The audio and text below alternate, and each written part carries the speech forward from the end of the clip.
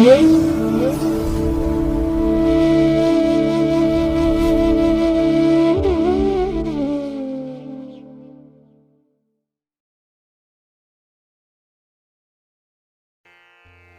ಮಹಾಗಣಪತೇ ನಮಃ.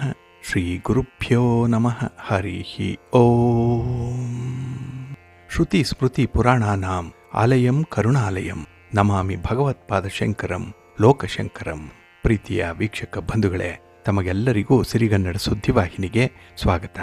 ದಯಾಮಯನಾದಂಥ ಭಗವಂತನ ಅನುಗ್ರಹ ತಮ್ಮೆಲ್ಲರಿಗೆ ಪ್ರಾಪ್ತಿಯಾಗಲಿ, ತಮ್ಮೆಲ್ಲರ ಜೀವನ ಆರೋಗ್ಯದಾಯಕವಾಗಿರಲಿ, ಸಂತೃಪ್ತಿದಾಯಕವಾಗಿರಲಿ ಎಂದು ಭಗವಂತನಲ್ಲಿ ಪ್ರಾರ್ಥನೆಯನ್ನು ಮಾಡ್ತಾ ಈ ದಿನದ ಪಂಚಾಂಗ ಫಲವನ್ನು ನೋಡೋಣ. ಹಾಗೆ 12 ರಾಶಿಯವರ ಗೋಚಾರ ಫಲಾಫಲಗಳು ಹೇಗಿವೆ ಅನ್ನೋದನ್ನು ಕೂಡ ತಿಳಿಯೋಣ.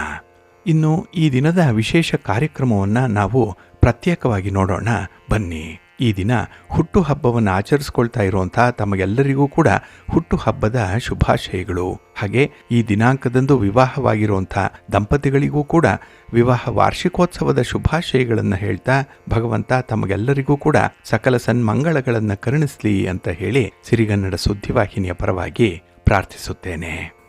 ಪ್ರೀತಿಯ ವೀಕ್ಷಕ ಬಂಧುಗಳೇ, ಈ ದಿನ 2025 ಡಿಸೆಂಬರ್ ತಿಂಗಳ 3ನೇ ತಾರೀಕು ಸೌಮ್ಯವಾಸರ ಅಂದರೆ ಬುಧವಾರ. ಈ ಬುಧವಾರದ ನಿತ್ಯ ಪಂಚಾಂಗ ಫಲ ಹೇಗಿದೆ ನೋಡೋಣ ಬನ್ನಿ. ಶ್ರೀ ವಿಶ್ವಾವಸು ನಾಮ ಸಂವತ್ಸರೆ ದಕ್ಷಿಣಾಯಿನೆ ಹೇಮಂತ ಋತು ಮಾರ್ಗಶಿರ ಮಾಸ ಶುಕ್ಲ ಪಕ್ಷದ ತ್ರಯೋದಶಿಯ ತಿಥಿ ಈ ದಿನ ಇದೆ. ಇದು ಈ ದಿನ ಬೆಳಿಗ್ಗೆ 9:53 ಇರಲಿದೆ. ನಂತರ ಚತುರ್ದಶಿ ಆರಂಭ ಆಗುತ್ತೆ. ಈ ದಿನದ ನಕ್ಷತ್ರ ಭರಣಿ ನಕ್ಷತ್ರ. ಇದು ಈ ದಿನ ಅಪರಾಹ್ನ 4:42 ಇರಲಿದೆ. ನಂತರ ಕೃತ್ತಿಕಾ ನಕ್ಷತ್ರ ಆರಂಭ ಆಗುತ್ತೆ. ಈ ದಿನದ ಕರಣ ಪೂರ್ವಕರಣ ತೈಥಿಲ. ಇದು ಈ ದಿನ ಮಧ್ಯಾಹ್ನ 12:27 ಇರಲಿದೆ. ನಂತರ ಉತ್ತರ ಕರಣ ಗರಜ ಆರಂಭ ಆಗುತ್ತೆ. ಈ ದಿನದ ಯೋಗ ಪರಿಘಯೋಗ. ಇದು ಈ ದಿನ ಸಂಜೆ 4:57 ಇರಲಿದೆ. ನಂತರ ಶಿವಯೋಗ ಆರಂಭ ಆಗುತ್ತೆ. ಈ ದಿನ ದಿಕ್ಶೂಲೆ ಇರುವಂಥದ್ದು ಉತ್ತರ ದಿಕ್ಕಿಗೆ. ಇನ್ನು ಈ ದಿನ ಸೂರ್ಯ ಇರುವಂಥ ರಾಶಿ ವೃಶ್ಚಿಕ, ಚಂದ್ರ ಇರುವಂಥ ರಾಶಿ ಮೇಷ. ಹಾಗೆ ಈ ದಿನ ರಾಹುಕಾಲ ಇರುವಂಥ ಸಮಯ ಈ ದಿನ ಮಧ್ಯಾಹ್ನ 12:13 ಮಧ್ಯಾಹ್ನ 1:39 ಗುಳಿಕ ಕಾಲ ಈ ದಿನ ಬೆಳಿಗ್ಗೆ 10:47 ಮಧ್ಯಾಹ್ನ 12:13 ಇನ್ನು ಯಮಗಂಡ ಕಾಲ ಈ ದಿನ ಬೆಳಿಗ್ಗೆ 7:55 ಬೆಳಿಗ್ಗೆ 9:21 ಇರಲಿದೆ. ಇನ್ನು ಈ ದಿನ ದುಷ್ಟ ಮುಹೂರ್ತ ಇರುವಂಥ ಸಮಯ ಈ ದಿನ ಬೆಳಿಗ್ಗೆ 11:49 ಮಧ್ಯಾಹ್ನ 12:31 ದುಷ್ಟ ಮುಹೂರ್ತದ ಸಮಯ. ಹಾಗಾಗಿ ಈ ಸಮಯದಲ್ಲಿ ಯಾವುದೇ ಪ್ರಯಾಣವನ್ನಾಗಲಿ ಯಾವುದೇ ಶುಭ ಕಾರ್ಯಗಳನ್ನಾಗಲಿ ಆರಂಭ ಮಾಡಬೇಡಿ. ಏಕೆಂದರೆ ನೀವು ಯಾವುದೇ ಕೆಲಸ ಕಾರ್ಯಗಳನ್ನು ಈ ದುಷ್ಟ ಮುಹೂರ್ತ ಇರುವಂಥ ಸಮಯದಲ್ಲಿ ಆರಂಭ ಮಾಡಿದರೆ ಅದರಿಂದ ಬರುವಂಥ ಫಲಿತಾಂಶಗಳು ಅಷ್ಟೊಂದು ಅನುಕೂಲಕರವಾಗಿ ಇರೋದಿಲ್ಲ. ಆದ್ದರಿಂದಲೇ ಈ ದುಷ್ಟ ಮುಹೂರ್ತವನ್ನು ಅವಾಯ್ಡ್ ಮಾಡುವಂಥದ್ದು ತುಂಬ ಉತ್ತಮ. ಇನ್ನು ಈ ದಿನ ಅಭಿಜಿತ್ ಮುಹೂರ್ತ ಯಾವುದೂ ಇಲ್ಲ. ಇನ್ನು ಈ ದಿನ ವಿಶೇಷವಾಗಿ ಅಮೃತ ಕಾಲ ಇರುವಂಥ ಸಮಯ ಈ ದಿನ ಮಧ್ಯಾಹ್ನ 1:45 ಅಪರಾಹ್ನ 3:10 ಅಮೃತ ಕಾಲದ ಸಮಯ. ಇನ್ನು ಈ ದಿನ ಸೂರ್ಯೋದಯ ಆಗುವಂಥ ಸಮಯ ಈ ದಿನ ಪ್ರಾತಃ ಕಾಲ 6:25 ಸೂರ್ಯಾಸ್ತ ಸಂಜೆ 5:50. ಹಾಗೆ ಈ ದಿನ ಚಂದ್ರನ ಬಲ ಇರುವಂಥ ರಾಶಿಗಳು ಅಂತ ಹೇಳಿದ್ರೆ ಮೇಷ, ಮಿಥುನ, ಕರ್ಕಾಟಕ, ತುಲಾ, ವೃಶ್ಚಿಕ ಮತ್ತು ಕುಂಭ. ಈ 6 ರಾಶಿಯವರಿಗೆ ಗೋಚಾರದಲ್ಲಿ ಚಂದ್ರನಿಂದ ಶುಭ ಫಲಗಳ ಯೋಗ ಇರುತ್ತೆ. ಇನ್ನು ಉಳಿದ 6 ರಾಶಿಯವರಿಗೆ ಮಿಶ್ರಫಲದ ಯೋಗ ಇರುತ್ತೆ. ಅದನ್ನು ಮುಂದೆ 12 ರಾಶಿಯವರ ಗೋಚಾರ ಫಲಗಳನ್ನು ನೋಡುವಂತಹ ಸಂದರ್ಭದಲ್ಲಿ ಮತ್ತಷ್ಟು ವಿಚಾರಗಳನ್ನು ತಿಳ್ಕೊಳ್ಳೋಣ. ಇನ್ನು ಈ ದಿನದ ಹೊರದ ಅಧಿಪತಿ ಬುಧ. ಬುಧ ಅಂತ ಹೇಳಿದ್ರೆ ವಾಕ್ಚಾತುರ್ಯಕ್ಕೆ ಕಾರಕನಾಗಿರುವಂಥವನು, ವಾಕ್ಗೆ ಕಾರಕ ಅಂದರೆ ಮಾತಿಗೆ ಕಾರಕ ಬುಧ. ಹಾಗಾಗಿ ಈ ದಿನ ನಿಮ್ಮ ಮಾತಿನಿಂದ ಎಷ್ಟೋ ಲಾಭವನ್ನು ಪಡ್ಕೊಳ್ತೀರಿ. ಅದೇ ಮಾತಿನಿಂದ ಕೆಲವೊಂದು ಅನರ್ಥಗಳು ಕೂಡ ಉಂಟಾಗುತ್ತೆ.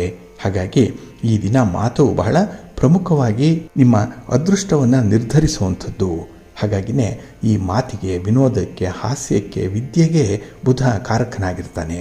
ಹಾಗಾಗಿ ವಿದ್ಯಾರ್ಥಿಗಳಿಗೂ ಕೂಡ ಈ ದಿನ ತುಂಬ ಅನುಕೂಲತೆಗಳಿರುತ್ತೆ. ಏಕೆಂದರೆ ಕಲಿಕೆಗೆ ಮತ್ತು ಬರವಣಿಗೆಗೂ ಕೂಡ ಬುಧ ಕಾರಕ.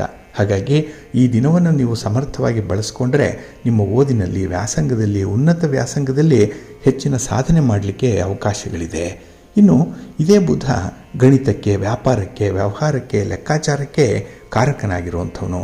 ಹಾಗಾಗಿ ವ್ಯಾಪಾರಸ್ಥರಿಗೆ, ವ್ಯವಹಾರಸ್ಥರಿಗೆ ಈ ದಿನ ತುಂಬ ಅನುಕೂಲತೆಗಳು ಇರುತ್ತೆ. ವ್ಯಾಪಾರ ವ್ಯವಹಾರಗಳು ತುಂಬ ಅಭಿವೃದ್ಧಿದಾಯಕವಾಗಿರುತ್ತೆ, ಪ್ರಗತಿಯಲ್ಲಿರುತ್ತೆ. ಹಾಗೆ ಈ ದಿನ ವರ್ತಕರಿಗೆ ಮತ್ತು ದಳ್ಳಾಳಿಗಳಿಗೆ ವಿಶೇಷವಾಗಿ ಲಾಭದ ಅಂಶ ಸೇರ್ಪಡೆಯಾಗುವಂಥದ್ದು ಇದೆ. ಹಾಗೆ ಈ ದಿನದಲ್ಲಿ ಗೆಳೆತನಕ್ಕೆ ಮತ್ತು ಸ್ನೇಹಕ್ಕೆ ಬುಧ ಕಾರಕನಾಗಿರೋದ್ರಿಂದ ನೀವು ಪಾರ್ಟ್ನರ್ಶಿಪ್ಪಲ್ಲಿ ಏನಾದರೂ ವ್ಯವಹಾರಗಳನ್ನು ಮಾಡ್ತಾ ಇದ್ದರೆ, ವ್ಯಾಪಾರಗಳನ್ನು ಮಾಡ್ತಾ ಇದ್ದರೆ ಅದು ಕೂಡ ನಿಮಗೆ ಉತ್ತಮವಾದಂಥ ಒಂದು ಫಲವನ್ನು ತರುತ್ತೆ. ಒಟ್ಟಾರೆ ಈ ವ್ಯಾಪಾರಿ ವರ್ಗದವರಿಗೆ ಈ ದಿನದಲ್ಲಿ ನಿಮಗೆ ತುಂಬ ಸಪೋರ್ಟಿವ್ ಆಗಿರುವಂಥ ಸನ್ನಿವೇಶಗಳಿರುತ್ತೆ, ವ್ಯಾಪಾರದಲ್ಲಿ ಪ್ರಗತಿ ಇರುತ್ತೆ. ಅದರಲ್ಲೂ ಈ ದಿನದ ಕೆಲಸ ಕಾರ್ಯಗಳನ್ನೇನಾದರೂ ನೀವು ಗುರು ಹೋರಾದಲ್ಲಿ ಆರಂಭ ಮಾಡಿದ್ರೆ ಅದರಿಂದ ನಿಮಗೆ ಉತ್ತಮವಾದಂಥ ಫಲಿತಾಂಶಗಳು ಸಿಕ್ಕತ್ತೆ. ಹಾಗಾಗಿ ಈ ದಿನ ಗುರು ಹೋರ ಇರುವಂಥ ಸಮಯ ಬೆಳಿಗ್ಗೆ 9 ಗಂಟೆ 14 ನಿಮಿಷದಿಂದ ಬೆಳಿಗ್ಗೆ 10 ಗಂಟೆ 12 ನಿಮಿಷದವರೆಗೆ.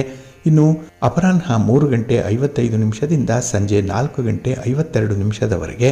ಹಾಗೆ ರಾತ್ರಿ 11 ಗಂಟೆ 4 ನಿಮಿಷದಿಂದ ರಾತ್ರಿ 12 ಗಂಟೆ 7 ನಿಮಿಷದವರೆಗೆ ಗುರುಹೋರ ಇರುವಂಥ ಸಮಯ. ಇದನ್ನು ನೀವು ಅನುಸರಣೆ ಮಾಡಬಹುದು, ಒಳ್ಳೆಯದಾಗುತ್ತೆ. ಆದರೆ ಈ ದಿನ ಇರುವಂಥ ಶನಿ ಹೋರಾದಲ್ಲಿ ನಿಮ್ಮ ಕೆಲಸ ಕಾರ್ಯಗಳನ್ನು ಆರಂಭ ಮಾಡಿದ್ರೆ ಅದು ಸ್ವಲ್ಪ ನಿಧಾನವಾಗುತ್ತೆ. ಏಕೆಂದರೆ ಶನಿ ಮಂದಗತಿಯಲ್ಲಿ ಚಲಿಸೋನಾದ್ದರಿಂದ ಈ ದಿನ ಶನಿ ಹೋರಾದಲ್ಲಿ ಆರಂಭ ಆಗುವಂಥ ಎಲ್ಲ ಕೆಲಸ ಕಾರ್ಯಗಳು ಕೂಡ ನಿಧಾನವಾಗಿ ಪ್ರಾರಂಭ ಆಗುತ್ತೆ, ಫಲಿತಾಂಶ ಕೂಡ ತುಂಬ ತಡವಾಗಿ ಬರುತ್ತೆ. ಹಾಗಾಗಿನೇ ಪ್ರಮುಖವಾಗಿರುವಂಥ ಕೆಲಸ ಕಾರ್ಯಗಳನ್ನು ಆದಷ್ಟು ಶನಿ ಹೋರಾದಲ್ಲಿ ಆರಂಭ ಮಾಡಬೇಡಿ. ಇದು ಈ ದಿನ ಬೆಳಿಗ್ಗೆ 8 ಗಂಟೆ 17 ನಿಮಿಷದಿಂದ ಬೆಳಿಗ್ಗೆ 9 ಗಂಟೆ 14 ನಿಮಿಷದವರೆಗೆ. ಇನ್ನು ಮಧ್ಯಾಹ್ನ 2 ಗಂಟೆ 58 ನಿಮಿಷದಿಂದ ಅಪರಾಹ್ನ 3 ಗಂಟೆ 55 ನಿಮಿಷದವರೆಗೆ. ಹಾಗೆ ರಾತ್ರಿ 10 ಗಂಟೆ 1 ನಿಮಿಷದಿಂದ ರಾತ್ರಿ 11 ಗಂಟೆ 4 ನಿಮಿಷದವರೆಗೆ ಶನಿ ಹೋರ ಇರುವಂಥ ಸಮಯ. ಇದನ್ನು ಸ್ವಲ್ಪ ಅವಾಯ್ಡ್ ಮಾಡ್ಕೊಳ್ಳಿ, ಒಳ್ಳೆಯದಾಗುತ್ತೆ. ಹಾಗೆ ಈ ದಿನ ಇರುವಂಥ ಬುಧ ಹೋರ ಮಾತ್ರ ಬಹಳ ಚೆನ್ನಾಗಿದೆ. ಅದರಲ್ಲೂ ನಿಮ್ಮ ನೆಗೋಷಿಯೇಷನ್ಸ್ಗೆ, ಆರ್ಬಿಟ್ರೇಷನ್ಗೆ, ಪಾರ್ಟಿಷನ್ ಡೀಡ್ಸ್ಗೆ ಸಂಬಂಧಪಟ್ಟಂತಹ ವಿಚಾರ, ವ್ಯಾಪಾರದಲ್ಲಿ ಯಾವುದೇ ತೀರ್ಮಾನವನ್ನು ತೆಗೆದುಕೊಳ್ಳುವಂಥದ್ದಾಗಲಿ, ಬಂಡವಾಳ ಹೂಡುವಂಥ ವಿಚಾರ, ಅಗ್ರಿಮೆಂಟ್ ಮಾಡಿಕೊಳ್ಳುವಂಥ ವಿಚಾರ, ಇದೆಲ್ಲದರಲ್ಲೂ ಕೂಡ ಈ ದಿನ ನಿಮಗೆ ಬುಧ ಹೋರದಲ್ಲಿ ಉತ್ತಮವಾದಂಥ ಫಲಗಳು ಸಿಕ್ಕತ್ತೆ. ಹಾಗಾಗಿ ಈ ದಿನ ವ್ಯಾಪಾರಿ ಚಟುವಟಿಕೆಗಳನ್ನು ಆದಷ್ಟು ಬುಧ ಹೋರದಲ್ಲಿ ಮಾಡಿ, ಒಳ್ಳೆಯದಾಗುತ್ತೆ. ಇದು ಈ ದಿನ ಬೆಳಿಗ್ಗೆ 6 ಗಂಟೆ 23 ನಿಮಿಷದಿಂದ ಬೆಳಿಗ್ಗೆ 7 ಗಂಟೆ 20 ನಿಮಿಷದವರೆಗೆ. ಇನ್ನು ಮಧ್ಯಾಹ್ನ 1 ಗಂಟೆ 3 ನಿಮಿಷದಿಂದ ಮಧ್ಯಾಹ್ನ 2 ಗಂಟೆ 1 ನಿಮಿಷದವರೆಗೆ. ಹಾಗೆ ರಾತ್ರಿ 7 ಗಂಟೆ 55 ನಿಮಿಷದಿಂದ ರಾತ್ರಿ 8 ಗಂಟೆ 58 ನಿಮಿಷದವರೆಗೆ ಬುಧ ಹೋರ ಇರುವಂಥ ಸಮಯ. ಇದನ್ನು ನೀವು ಅನುಸರಣೆ ಮಾಡ್ಬೋದು, ಒಳ್ಳೆಯದಾಗುತ್ತೆ. ಆದರೆ ಈ ದಿನ ಇರುವಂಥ ಶುಕ್ರ ಹೋರ ಏನಿದೆ ಇದನ್ನು ಸ್ವಲ್ಪ ಅವಾಯ್ಡ್ ಮಾಡಬೇಕಾಗತ್ತೆ.